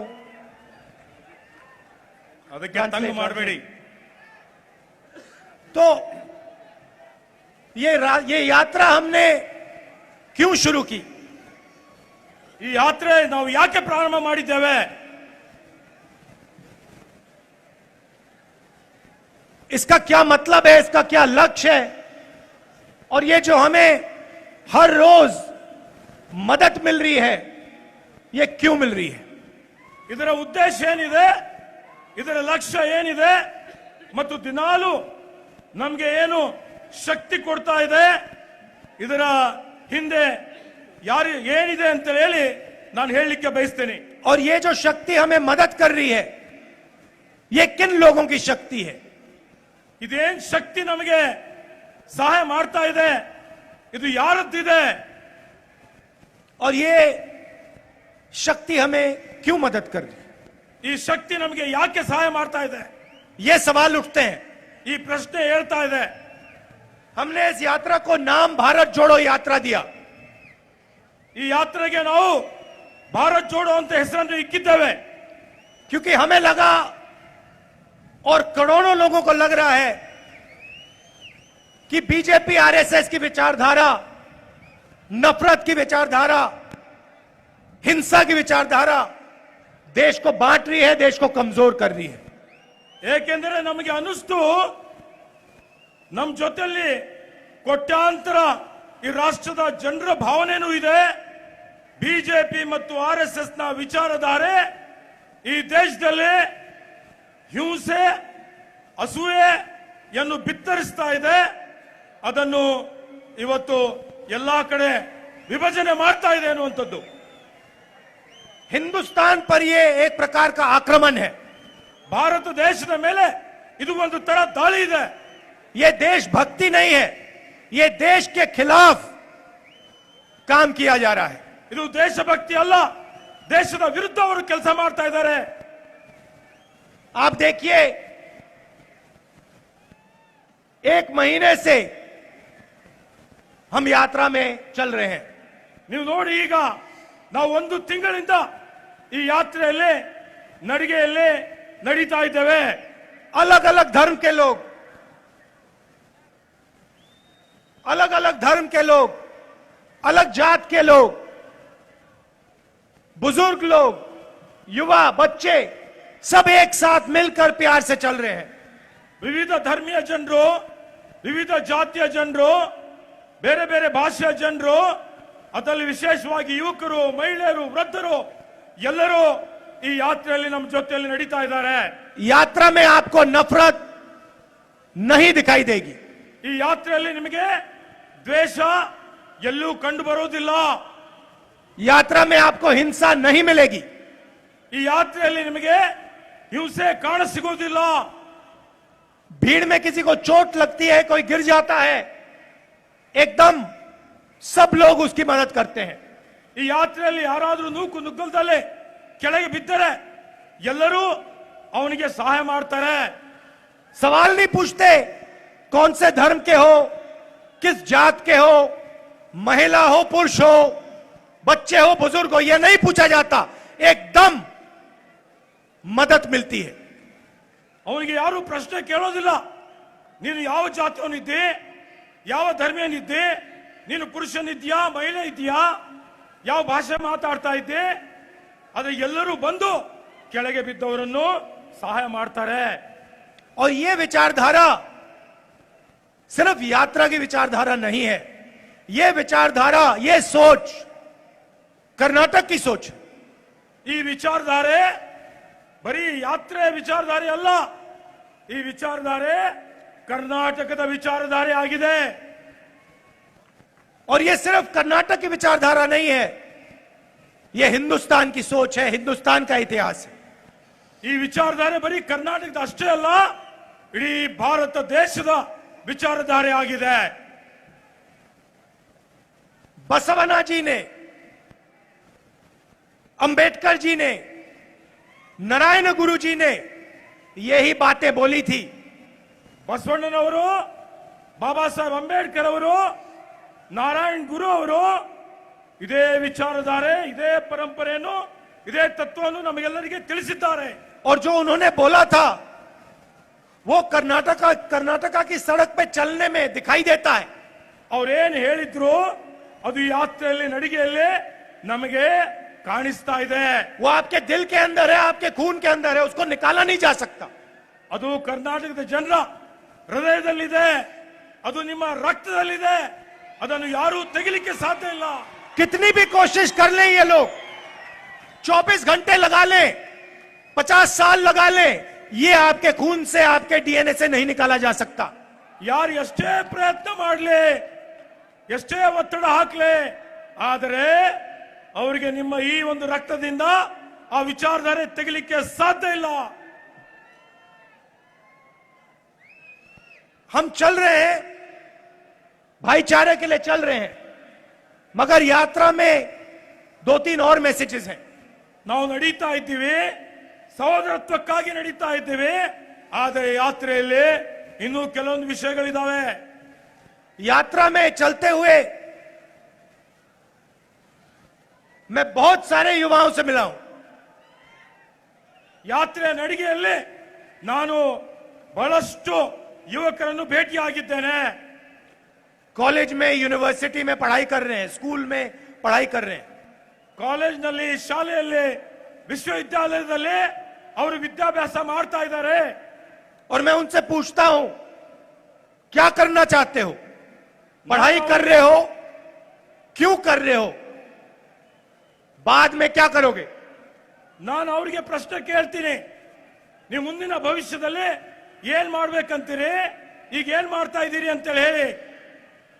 कोई मुझे कहता है सॉफ्टवेयर इंजीनियर बनूंगा, कोई कहता है लॉयर बनूंगा, डॉक्टर बनूंगा, कोई बच्ची कहती है मैं पुलिस फोर्सेस में काम करना चाहती हूं. ಯಾವ ವಿದ್ಯಾರ್ಥಿ ಹೇಳ್ತಾನೆ ನಾನು ಸಾಫ್ಟ್ವೇರ್ ಇಂಜಿನಿಯರ್ ಆಗ್ತೀನಿ, ಯಾರು ಹೇಳ್ತಾರೆ ನಾನು ಇವತ್ತು ಶಿಕ್ಷಕನ ಆಗ್ತೀನಿ, ಬೇರೆ ಬೇರೆ ಉದ್ಯೋಗ ಮಾಡ್ತೀನಿ ಅನ್ನುವಂತ ವಿಚಾರವನ್ನು ಅವರೆಲ್ಲ ಹೇಳ್ತಾರೆ. उसके बाद मैं उनसे पूछता हूं क्या तुम्हें लगता है, तुम्हें भरोसा है कि कॉलेज के बाद, स्कूल के बाद तुम्हें नौकरी मिलेगी. ಅದಾದ ಮೇಲೆ ನಾನು ಅವರಿಗೆ ಕೇಳ್ತೇನೆ, ನೀನು ನಿನ್ನ ವಿದ್ಯಾಭ್ಯಾಸ ಪೂರೈಸಿದ ಮೇಲೆ ನಿನಗೆ ನೌಕರಿ ಸಿಗುತ್ತಾ. जवाब मिलता है भरोसा नहीं है, हमें नहीं लगता कि हमें नौकरी मिलेगी. ಉತ್ತರ ಸಿಗ್ತದೆ, ನಮಗೆ ವಿಶ್ವಾಸ ಇಲ್ಲ, ನಮಗೆ ಅನ್ನಿಸೋದಿಲ್ಲ ನಮಗೆ ನೌಕರಿ ಸಿಗುತ್ತೆ ಅಂತ. आज हिंदुस्तान में 45 साल से सबसे ज्यादा बेरोजगारी है. ಇವತ್ತು ಹಿಂದೂಸ್ತಾನದಲ್ಲಿ 45 ವರ್ಷದ ಇತಿಹಾಸದಲ್ಲಿ ಎಲ್ಲಕ್ಕಿಂತ ಹೆಚ್ಚಿನ ನಿರುದ್ಯೋಗ ತಾಂಡವಾಡ್ತಾ ಇದೆ. प्रधानमंत्री ने कहा था हर साल 2 करोड़ युवाओं को रोजगार दूंगा. ಪ್ರಧಾನಮಂತ್ರಿ ಅವರು ಹೇಳಿದ್ರು ಪ್ರತಿ ವರ್ಷ 2 ಕೋಟಿ ಉದ್ಯೋಗ ಕೊಡ್ತೀನಿ ಅಂತ. कहां गए 2 करोड़ रोजगार? ಎಲ್ಲಿ ಹೋದು 2 ಕೋಟಿ ಉದ್ಯೋಗ? उल्टा करोड़ों युवाओं को बेरोजगार कर दिया है. ಅವರ ನೀತಿಯಿಂದ ಕೋಟ್ಯಾಂತರ ಯುವಕರು ಉದ್ಯೋಗ ಇದ್ದಿದ್ದು ಕಳೆದುಕೊಂಡು ಬಿಟ್ಟಿದ್ದಾರೆ. कर्नाटक में 2.5 लाख सरकारी पोस्ट वेकेंट क्यों हैं? ಕರ್ನಾಟಕ ರಾಜ್ಯದಲ್ಲಿ 2.5 ಲಕ್ಷ ಸರ್ಕಾರಿ ನೌಕರಿಗಳು ಯಾಕೆ ಖಾಲಿ ಇದೆ?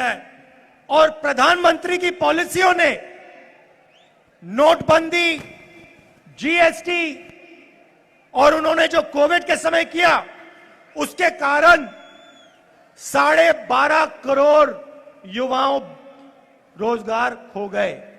ಪ್ರಧಾನಮಂತ್ರಿ ಅವರ ನೀತಿಯಿಂದ ಅವರೇನು ನೋಟ್ಬಂದಿ ಮಾಡಿದ್ರು, ಜಿಎಸ್ಟಿ ಅವೈಜ್ಞಾನಿಕವಾಗಿ ಅನುಷ್ಠಾನ ಮಾಡಿದ್ರು, ಇವೆಲ್ಲ ಅವರ ತಪ್ಪಿನಿಂದ 12.5 ಕೋಟಿ ಜನ अच्छा ನಿರುದ್ಯೋಗಿಗಳಿದ್ದಾರೆ. अच्छा कर्नाटक में अगर आपको पुलिस का सब इंस्पेक्टर बनना है तो आप 80 लाख रुपए देकर बन सकते हो. ನೀವು ಕರ್ನಾಟಕ ರಾಜ್ಯದಲ್ಲಿ ಪೊಲೀಸ್ ಇನ್ಸ್ಪೆಕ್ಟರ್ ಆಗಬೇಕು ಅಂತ ಹೇಳಿದ್ರೆ 80 ಲಕ್ಷ ರೂಪಾಯಿ ಲಂಚ ಕೊಡಬೇಕಾಗ್ತದೆ. पैसा है तो कर्नाटक में आप सरकारी नौकरी खरीद सकते हो. ನಿಮ್ಮಲ್ಲಿ ದುಡ್ಡಿದ್ರೆ ಕರ್ನಾಟಕ ರಾಜ್ಯದಲ್ಲಿ ಸರ್ಕಾರಿ ನೌಕರಿ ನೀವು ಖರೀದಿ ಮಾಡಬಹುದು. पैसा नहीं है तो जिंदगी भर बेरोजगार रहो. ದುಡ್ಡಿಲ್ಲ ಅಂತ ಹೇಳಿದ್ರೆ ಜೀವನ ಪರ್ಯಂತ ನಿರುದ್ಯೋಗಿಗಳಾಗಿ ಇರ್ತೀರಿ. कोऑपरेटिव बैंक्स में स्कैम, असिस्टेंट प्रोफेसर की नौकरियों के लिए स्कैम, ಸಹಕಾರಿ ಬ್ಯಾಂಕಿನಲ್ಲಿ ಹಗರಣ, ಉಪನ್ಯಾಸಕರ ನೇಮಕಾತಿಯಲ್ಲಿ ಹಗರಣ, ಎಲ್ಲಾ ನೇಮಕಾತಿಗಳಲ್ಲಿ ಬ್ರಹ್ಮಾಂಡ ಭ್ರಷ್ಟಾಚಾರ ಮತ್ತು ಹಗರಣ ನಡೀತಾ ಇದೆ. इसीलिए कर्नाटक की सरकार को 40% की सरकार नाम दिया गया है. ಆದುದರಿಂದಲೇ ಕರ್ನಾಟಕ ಸರ್ಕಾರಕ್ಕೆ 40% ಸರ್ಕಾರ, ಕಮಿಷನ್ ಸರ್ಕಾರ ಅಂತೂ ಬಿರುದು ಕೊಡಲಾಗಿದೆ. जो भी करवाना है 40% कमीशन देके करवाया जा सकता है. ಏನೇ ಕಾಮಗಾರಿ ಮಾಡಬೇಕಾದ್ರೂ 40% ಕಮಿಷನ್ ಕೊಟ್ಟು ಆ ಕಾಮಗಾರಿ ಮಾಡಿಕೊಳ್ಳಬೇಕಾಗ್ತದೆ. तो यात्रा बेरोजगारी का मुद्दा उठाने के लिए भी हमने की है. ಈ ಯಾತ್ರೆ ನಿರುದ್ಯೋಗದ ಸಮಸ್ಯೆ ಜನರ ಗಮನಕ್ಕೆ ತರಲಿಕ್ಕೆ, ಅದನ್ನು ವಿಷಯವನ್ನು ತೆಗೆದುಕೊಳ್ಳಲಿಕ್ಕೆ ಯಾತ್ರೆ ಪ್ರಾರಂಭ ಮಾಡಿದ್ದೇವೆ. And as if unemployment is not enough, as if hatred and violence is not enough, you are faced with the highest prices you have ever been faced with. ಇವತ್ತು ಬರೀ ನಿರುದ್ಯೋಗ ಅಷ್ಟೇ ಅಲ್ಲ, ಹಿಂಸೆ ಅಷ್ಟೇ ಅಲ್ಲ, ಇವತ್ತು ದೇಶದಲ್ಲಿ ಎಲ್ಲಕ್ಕಿಂತ ಹೆಚ್ಚಿನ ಒಂದು ಬೆಲೆ ಏರಿಕೆ ಇದೆ. Prices keep rising. ಇವತ್ತು ಬೆಲೆ ಏರಿಕೆ ಗಗನಕ್ಕೇರಿದೆ. They don't stop. ಅದು ನಿಲ್ಲಕ್ಕೆ ತಯಾರಿಲ್ಲ. The Prime Minister in his speeches used to say cylinders cost 400 rupees. Pradhan Mantri ಅವರ ಭಾಷಣದಲ್ಲಿ ಹೇಳ್ತಾ ಇದ್ರು, ಗ್ಯಾಸ್ ಸಿಲಿಂಡರ್ 400 ರೂಪಾಯಿಗೆ ಕೊಡ್ತೀವಿ ಅಂತ ಹೇಳಿ. In every speech he used to explain how our mothers and sisters are suffering because gas cylinders cost 400 rupees. ಪ್ರತಿಯೊಂದು ಅವರ ಸಾರ್ವಜನಿಕ ಸಭೆಯಲ್ಲಿ ಅವರು ಹೇಳ್ತಾ ಇದ್ರು, ನಮ್ಮ ತಾಯಂದಿರು, ನಮ್ಮ ಹಿರಿಯರು, ಬಡವರು ಎಲ್ಲರೂ 400 ರೂಪಾಯಿ ಸಿಲಿಂಡರ್ ಬೆಲೆ ಇದ್ದಾಗ ಅದರಿಂದ ಅವರಿಗೆ ಕಷ್ಟ ಆಗ್ತಾ ಇದೆ. Today that same cylinder costs 1000 rupees. ಇವತ್ತು ಅದೇ ಸಿಲಿಂಡರ್ 1000 ರೂಪಾಯಿ ಇವತ್ತು ಅದರ ದರ ಇದೆ. Why doesn't the Prime Minister explain what our mothers and sisters are supposed to do now? ಪ್ರಧಾನ ಮಂತ್ರಿಗಳು ಯಾಕೆ ಇವತ್ತು ಈ ದೇಶಕ್ಕೆ ಅವರು ಉತ್ತರ ಕೊಡಬೇಕಾಗಿದೆ. ನಮ್ಮ ಅಕ್ಕ ತಂಗಿಂದಿರು, ಅಣ್ಣ ತಮ್ಮಂದಿರಿಗೂ ಇವ್ರೇನ್ ಹೇಳ್ತಾರೆ, ಅವ್ರೇನ್ ಸಫರ್ ಆಗ್ತಾ ಇದ್ದಾರೆ, ಅದಕ್ಕೆ ಯಾರು ಕಾರಣ ಅಂತ ಹೇಳಿ. The prices of petrol and diesel are the highest we have seen in a very long time. Petrol ಮತ್ತು ಡೀಸೆಲ್ ಬೆಲೆ ಇಡೀ ಇತಿಹಾಸದಲ್ಲಿ ಎಲ್ಲಕ್ಕಿಂತ ಹೆಚ್ಚಿನ ಬೆಲೆ ಏರಿಕೆ ಆಗಿದೆ. So on one side, you're hit by unemployment. On the other side, you're hit by high prices. And you're being squeezed in between. ಒಂದು ಕಡೆ ನಿಮಗೆ ನಿರುದ್ಯೋಗ ಇದೆ, ಇನ್ನೊಂದು ಕಡೆ ನಿಮಗೆ ಬೆಲೆ ಏರಿಕೆ ಇದೆ. ಎರಡರ ನಡುವೆ ನೀವು ಇವತ್ತು ಸ್ಕ್ವೀಸ್ ಆಗ್ತಾ ಇದ್ದೀರಿ. Throughout my walk, I have been meeting farmers. ನನ್ನ ಸಂಪೂರ್ಣ ಕಾಲ್ನಡಿಗೆಯಲ್ಲಿ ನಾನು ರೈತರನ್ನು ಭೇಟಿ ಆಗ್ತಾ ಇದ್ದೇನೆ. And every single farmer I meet, I ask him about his situation. ನಾನು ಭೇಟಿಯಾದ ಎಲ್ಲಾ ರೈತರಿಗೆ ಅವರ ಕೃಷಿ ಉತ್ಪನ್ನಗಳ ಬಗ್ಗೆ ಕೇಳಿದ್ದೇನೆ. I ask him how much money he puts into his farm. ನಾನು ರೈತರಿಗೆ ಕೇಳಿದ್ದೇನೆ, ಅವನು ಕೃಷಿ ಉತ್ಪಾದನೆ ಮಾಡಲಿಕ್ಕೆ ಎಷ್ಟು ಖರ್ಚು ಮಾಡ್ತಾನೆ. And then I ask him or her how much money she gets out of her farm. ನಾನು ಆಮೇಲೆ ಅವನಿಗೆ ಕೇಳ್ತೇನೆ, ಕೃಷಿ ಉತ್ಪಾದನೆ ಆಗಿದ ಮೇಲೆ ಅವನಿಗೆ ಎಷ್ಟು ಹಣ ಬರ್ತದೆ. And it is very obvious that farmers simply cannot make money without help. ಇದು ಎಲ್ಲರಿಗೂ ತಿಳಿದಿರೋ ವಿಷಯವಾಗಿದೆ. ಸರ್ಕಾರದ ಸಹಾಯ ಇಲ್ಲದೆ ರೈತರಿಗೆ ಲಾಭ ಆಗಲಿಕ್ಕೆ ಸಾಧ್ಯನೇ ಇಲ್ಲ. And instead of helping the farmer, for the first time, India's farmers have to pay GST. ರೈತರಿಗೆ ಸಹಾಯ ಮಾಡೋದು ಬಿಟ್ಟು ಇವತ್ತು ದೇಶದ ಇತಿಹಾಸದಲ್ಲಿ ಕೃಷಿ ಉತ್ಪನ್ನಗಳ ಮೇಲೆ GST ತೆರಿಗೆ ದರ ಹಾಕಿದ್ದಾರೆ. They have to pay 5% GST on fertilizers, ಅವರು 12% GST on tractors, 18% GST on pesticides. 5% GST ಗೊಬ್ಬರದ ಮೇಲೆ ಹಾಕಿದ್ದಾರೆ. ಅವರು 18% GST, 12% ಟ್ರ್ಯಾಕ್ಟರ್ ಮೇಲೆ ಹಾಕಿದ್ದಾರೆ. Farmer after farmer told me that they do not get the minimum support price. ರೈತರು ಪ್ರತಿಯೊಬ್ಬರು ನನಗೆ ಅವರಿಗೆ ಕನಿಷ್ಠ ಬೆಂಬಲ ಬೆಲೆ ಸಿಗೋದಿಲ್ಲ ಅಂತ ಹೇಳಿದ್ದಾರೆ. This is the situation that the farmers of Karnataka and the farmers of our country are facing. ಇವತ್ತು ರೈತರು ಇಡೀ ಕರ್ನಾಟಕದಲ್ಲಿ ಅಷ್ಟೇ ಅಲ್ಲ, ಇಡೀ ದೇಶದಲ್ಲಿ ಇಂಥ ಒಂದು ಸಂಕಷ್ಟವನ್ನು ಎದುರಿಸ್ತಾ ಇದ್ದಾರೆ. At the same time, the government is anti-SC/ST. ಅದೇ ರೀತಿಯಲ್ಲಿ ಈ ಸರ್ಕಾರ ಪರಿಶಿಷ್ಟ ಜಾತಿ ಪರಿಶಿಷ್ಟ ವರ್ಗದ ವಿರುದ್ಧ ಕೆಲಸ ಮಾಡ್ತಾ ಇದೆ. There is a 50% rise in atrocities against our SC and ST brothers and sisters. ಈ ಸರ್ಕಾರ ಬಂದ ಮೇಲೆ ಇವತ್ತು ಪರಿಶಿಷ್ಟ ಜಾತಿ ಪರಿಶಿಷ್ಟ ಪಂಗಡ ಜನಗರ ಮೇಲೆ 50% ದೌರ್ಜನ್ಯ ಜಾಸ್ತಿ ಆಗಿದೆ. Money that was supposed to be for the development of SC and ST communities has been diverted. 8,000 crores of your money has been diverted from you and taken from you. Karnataka ರಾಜ್ಯದಲ್ಲಿ ಪರಿಶಿಷ್ಟ ಜಾತಿ ಪರಿಶಿಷ್ಟ ಪಂಗಡ ಜನರಿಗೆ ಮೀಸಲಿಟ್ಟಂತ 8,000 ಕೋಟಿ ರೂಪಾಯಿ ಬೇರೆ ಕಾಮಗಾರಿಗಳಿಗೆ ಇವರು ಸ್ಥಳಾಂತರ ವರ್ಗಾವಣೆ ಮಾಡಿದ್ದಾರೆ. And when we were in power, we constituted the Nangmohan Das committee. ನಾವು ಸರ್ಕಾರದಲ್ಲಿದ್ದಾಗ ನಾಗಮೋಹನ್ ದಾಸ್ ಜಸ್ಟಿಸ್ ನಾಗಮೋಹನ್ ದಾಸ್ ಸಮಿತಿಯನ್ನು ರಚನೆ ಮಾಡಿದ್ದೇವೆ. It recommended an increase in ST reservation from 3% to 7%. Nagamohan Das ಸಮಿತಿ SC ST ರಿಸರ್ವೇಶನ್, SCಗೆ ಇವತ್ತು 15ರಿಂದ 17, STಗೆ 3ರಿಂದ 7% ಜಾಸ್ತಿ ಮಾಡಲಿಕ್ಕೆ ಶಿಫಾರಸು ಮಾಡಿದೆ. And SC reservation from 15% to be increased to 17%. ಪರಿಶಿಷ್ಟ ಜಾತಿಯ ಮೀಸಲು 15ರಿಂದ 17%ಗೆ ಇವತ್ತು ಶಿಫಾರಸು ಮಾಡಿದೆ. Why is the BJP government refusing to implement this? BJP ಸರ್ಕಾರ ಇದನ್ನು ಯಾಕೆ ಅನುಷ್ಠಾನ ಮಾಡ್ತಾ ಇಲ್ಲ, ಯಾಕೆ ವಿಳಂಬ ಮಾಡ್ತಾ ಇದೆ? The BJP government in Karnataka should stop making excuses and should implement this at once. BJP ಸರ್ಕಾರ ಯಾವುದೇ ಒಂದು ರೀತಿಯ ಎಕ್ಸ್ಕ್ಯೂಸ್ ಹೇಳದೆ ಬಹಾನ ಹೇಳದೆ ತಕ್ಷಣವೇ ಜಾರಿ ಮಾಡಬೇಕು ಅಂತ ಒತ್ತಾಯ ಮಾಡ್ತೇನೆ. I would also like to remind you that it was the BJP that said Article 371 could not be carried out. ಬಂಧುಗಳೇ, ಈ ಭಾಗ ಕಲ್ಯಾಣ ಕರ್ನಾಟಕ ಭಾಗ ಬಿಜೆಪಿ ಸರ್ಕಾರ ಇದ್ದಾಗ ವಿಶೇಷ ಸ್ಥಾನಮಾನ ಕೊಡಬೇಕು ಅನ್ನಂತ ಸಂದರ್ಭದಲ್ಲಿ ಅದನ್ನು ಅವರು ತಿರಸ್ಕಾರ ಮಾಡಿದ್ರು. Both Mr. Vajpayee and Mr. Advani refused to do it.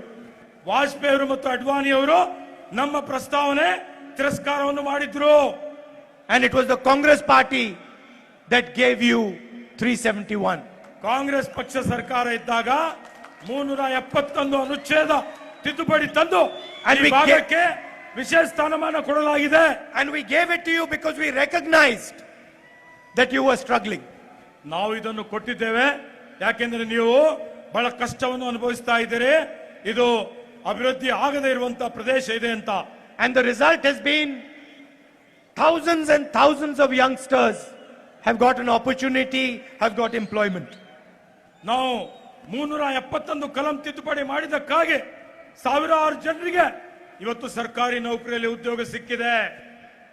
Thousands of crores of rupees has been spent on development of this area. ಸಾವಿರಾರು ಕೋಟಿ ರೂಪಾಯಿ ವಿಶೇಷ ಅನುದಾನ ಈ ಭಾಗದ ಅಭಿವೃದ್ಧಿಗಾಗಿ ಬಂದಿದೆ. And lakhs of students have got admission in medical and engineering colleges and other courses. ಲಕ್ಷಾಂತರ ವಿದ್ಯಾರ್ಥಿಗಳು ಇವತ್ತು ವೈದ್ಯಕೀಯ ವಿಜ್ಞಾನ ಸಂಸ್ಥೆಯಲ್ಲಿ, ಎಂಜಿನಿಯರಿಂಗ್ ಕಾಲೇಜಲ್ಲಿ, ಅಗ್ರಿಕಲ್ಚರ್ ಕಾಲೇಜಲ್ಲಿ ಪ್ರವೇಶವನ್ನು ಪಡೆದಿದ್ದಾರೆ. I would like to conclude by saying we have a long relationship between my family and Bellary. ನಾನು ಈ ಭಾಷಣ ಮುಕ್ತಾಯಕ್ಕಿಂತ ಮೊದಲು ಈ ಒಂದು ಬೆಳ್ಳಾರಿ ಮತ್ತು ನಮ್ಮ ಪರಿವಾರದ ಅನೋನ್ಯವಾದಂತಹ ಒಂದು ಬಾಂಧವ್ಯ ಇದೆ, ಸಂಬಂಧ ಇದೆ. My mother fought an election from here and got wholehearted support from the people of Bellary. ನನ್ನ ತಾಯಿಯವರಾದಂತ ಶ್ರೀಮತಿ ಇಂದಿರಾ ಗಾಂಧಿ ಅವರು ಇಲ್ಲಿ ಲೋಕಸಭೆಯಲ್ಲಿ ನಿಂತು ನಿಮ್ಮೆಲ್ಲರ Sonia Gandhi. ಶ್ರೀಮತಿ ಸೋನಿಯಾ ಗಾಂಧಿ ಅವರು ಈ ಕ್ಷೇತ್ರದಲ್ಲಿ ಚುನಾವಣೆಯಲ್ಲಿ ನಿಂತು ನಿಮ್ಮೆಲ್ಲರ ಸಹಕಾರದಿಂದ ಪ್ರಚಂಡ ಬಹುಮತದಿಂದ ಗೆದ್ದಿದ್ದಾರೆ. And my grandmother Indira Gandhi ji fought from Chikmagalur.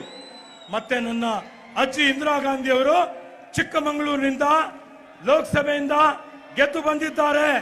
So I cannot forget that. ನಾನು ಇದನ್ನು ಮರೆಯಲಿಕ್ಕೆ ಸಾಧ್ಯನೇ ಇಲ್ಲ. I'd like to also thank all of you for walking with us through Karnataka. ನನ್ನ ಜೊತೆಯಲ್ಲಿ ನೀವೆಲ್ಲ ಕಾಲ್ನಡಿಗೆಯಲ್ಲಿ ಭಾಗವಹಿಸಿದ್ದಕ್ಕಾಗಿ ಹೃದಯಪೂರ್ವಕ ಧನ್ಯವಾದಗಳನ್ನು ಕೋರುತ್ತೇನೆ. And I got to understand the heat that you face in Bellary. ನಾನು ಈಗ ಅರ್ಥ ಆಗಿದೆ ಈ ಬೆಳ್ಳಾರಿಯ ಬಿಸಿಲು ಯಾವ ರೀತಿಯಲ್ಲಿ ನಿಮಗೆ ತೊಂದರೆ ಕೊಡ್ತದೆ ಅನ್ನುವಂಥದ್ದು. And we are not even in the full summer right now. ನಾವು ಇನ್ನೂ ಪೂರ್ತಿ ಬೇಸಿಗೆಯಲ್ಲಿ ಬಂದಿಲ್ಲ. So walking in the streets, I was thinking about how difficult it must be to be a farmer or a laborer in full summer in Bellary. ನಾನು ರಸ್ತೆಯಲ್ಲಿ ನಡಿಗೆ ಮಾಡ್ತಾ ಇದ್ದಂತಹ ಸಂದರ್ಭದಲ್ಲಿ ಈ ಬೆಳ್ಳಾರಿಯಲ್ಲಿ ಒಬ್ಬ ರೈತ, ಒಬ್ಬ ಕಾರ್ಮಿಕ ಈ ಬಿಸಿಲಿನಲ್ಲಿ ಯಾವ ರೀತಿಯಲ್ಲಿ ದುಡಿಮೆ ಮಾಡ್ತಾನೆ, ಎಷ್ಟು ಕಷ್ಟ ಅನುಭವಿಸ್ತಾನೆ ಅನ್ನುವಂಥದ್ದು ನಾನು ತಿಳಿದುಕೊಂಡಿದ್ದೇನೆ. And I would like to tell all the farmers, all the laborers and all the small and medium business people in Bellary that we will help you. When we come to power, we will help you. We will make your life easier and we will support you the way a government should. ನಾನು ಮತ್ತೆ ತಮ್ಮೆಲ್ಲರಿಗೆ ವಿಶ್ವಾಸ ಕೊಡ್ತಾ ಇದ್ದೀನಿ. ಬೆಳ್ಳಾರಿಯ ರೈತರು, ಕಾರ್ಮಿಕರು, ವಿದ್ಯಾರ್ಥಿಗಳು, ಮಹಿಳೆಯರು, ಇವತ್ತೇನು ಸಿದ್ಧ ಉಡುಪೆ ಮಾಡುವಂತ ಏನು ಕಾರ್ಯಕರ್ತರಿದ್ದೀರಿ, ಪ್ರತಿಯೊಬ್ಬರಿಗೂ ಇಲ್ಲಿನ ಸರ್ವಾಂಗೀಣ ಅಭಿವೃದ್ಧಿಗಾಗಿ ನಾವು ನಮ್ಮ ಸರ್ಕಾರ ಬಂದ ಮೇಲೆ ಸಹಾಯ ಮಾಡ್ತೀವಿ, ಅಭಿವೃದ್ಧಿ ಮಾಡ್ತೀವಿ. ಇವತ್ತು ನಿಮ್ಮನ್ನು ನಿಮ್ಮ ಗಮನದಲ್ಲಿ ಇಟ್ಕೊಳ್ತೀವಿ ಅನ್ನುವಂತ ವಿಶ್ವಾಸ ಕೊಡ್ತೇನೆ. Thank you for walking with us. Thank you for your love and affection. Thank you for your help. Namaskar. ಜೊತೆಯಲ್ಲಿ ನಡಿಗೆ ಮಾಡಿದ್ದಕ್ಕಾಗಿ ನಿಮಗೆ ಧನ್ಯವಾದಗಳನ್ನು ಅರ್ಪಿಸುತ್ತೇನೆ. ಧನ್ಯವಾದ. Thank you. बहुत बहुत शुक्रिया आदरणीय राहुल गांधी जी आपके ओजस्वी भाषण के लिए. और अब राष्ट्रीय गान का समय. बेल्लारी कांग्रेस के लिए शुभ थी, शुभ है और शुभ रहेगी. हर बार जब सोनिया जी बेल्लारी आई, बेल्लारी यात्रा हुई, और आज फिर राहुल गांधी जी बेल्लारी आए हैं। 2023 में कांग्रेस की सरकार की नींव रखेगी बेल्लारी। और अब राष्ट्रीय गान का समय है। सब अपने स्थान पर खड़े होंगे और राष्ट्रीय गान करेंगे सेवा दल।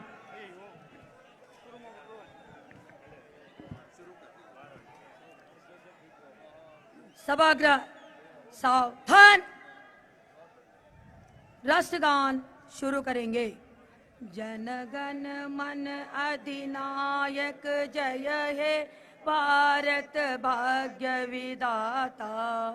पंजाब सिंध गुजरात मराठा द्राविड़ उत्कल वंग विंध्य हिमाचल यमुना गंगा उच्चल जलसि तरंग। तव शुभ नामे जागे तव शुभ आशीष माघे। गाहे तव जय गाता जन गण मंगल दायक जय हे भारत भाग्य विधाता। जय हे जय हे जय हे जय जय जय जय हे।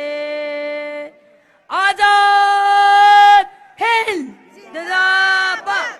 कौमी नारा वंदे मातरम। धन्यवाद। ಎಲ್ಲರಿಗೆ ಧನ್ಯವಾದಗಳು.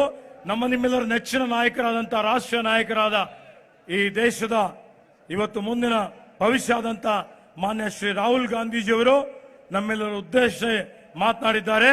ಅವರಿಗೆ ಪ್ರದೇಶ ಕಾಂಗ್ರೆಸ್ ಸಮಿತಿ ವತಿಯಿಂದ ತಮ್ಮೆಲ್ಲರ ಪರವಾಗಿ ಹೃದಯಪೂರ್ವಕ ಧನ್ಯವಾದಗಳನ್ನು ಕೋರುತ್ತೇನೆ.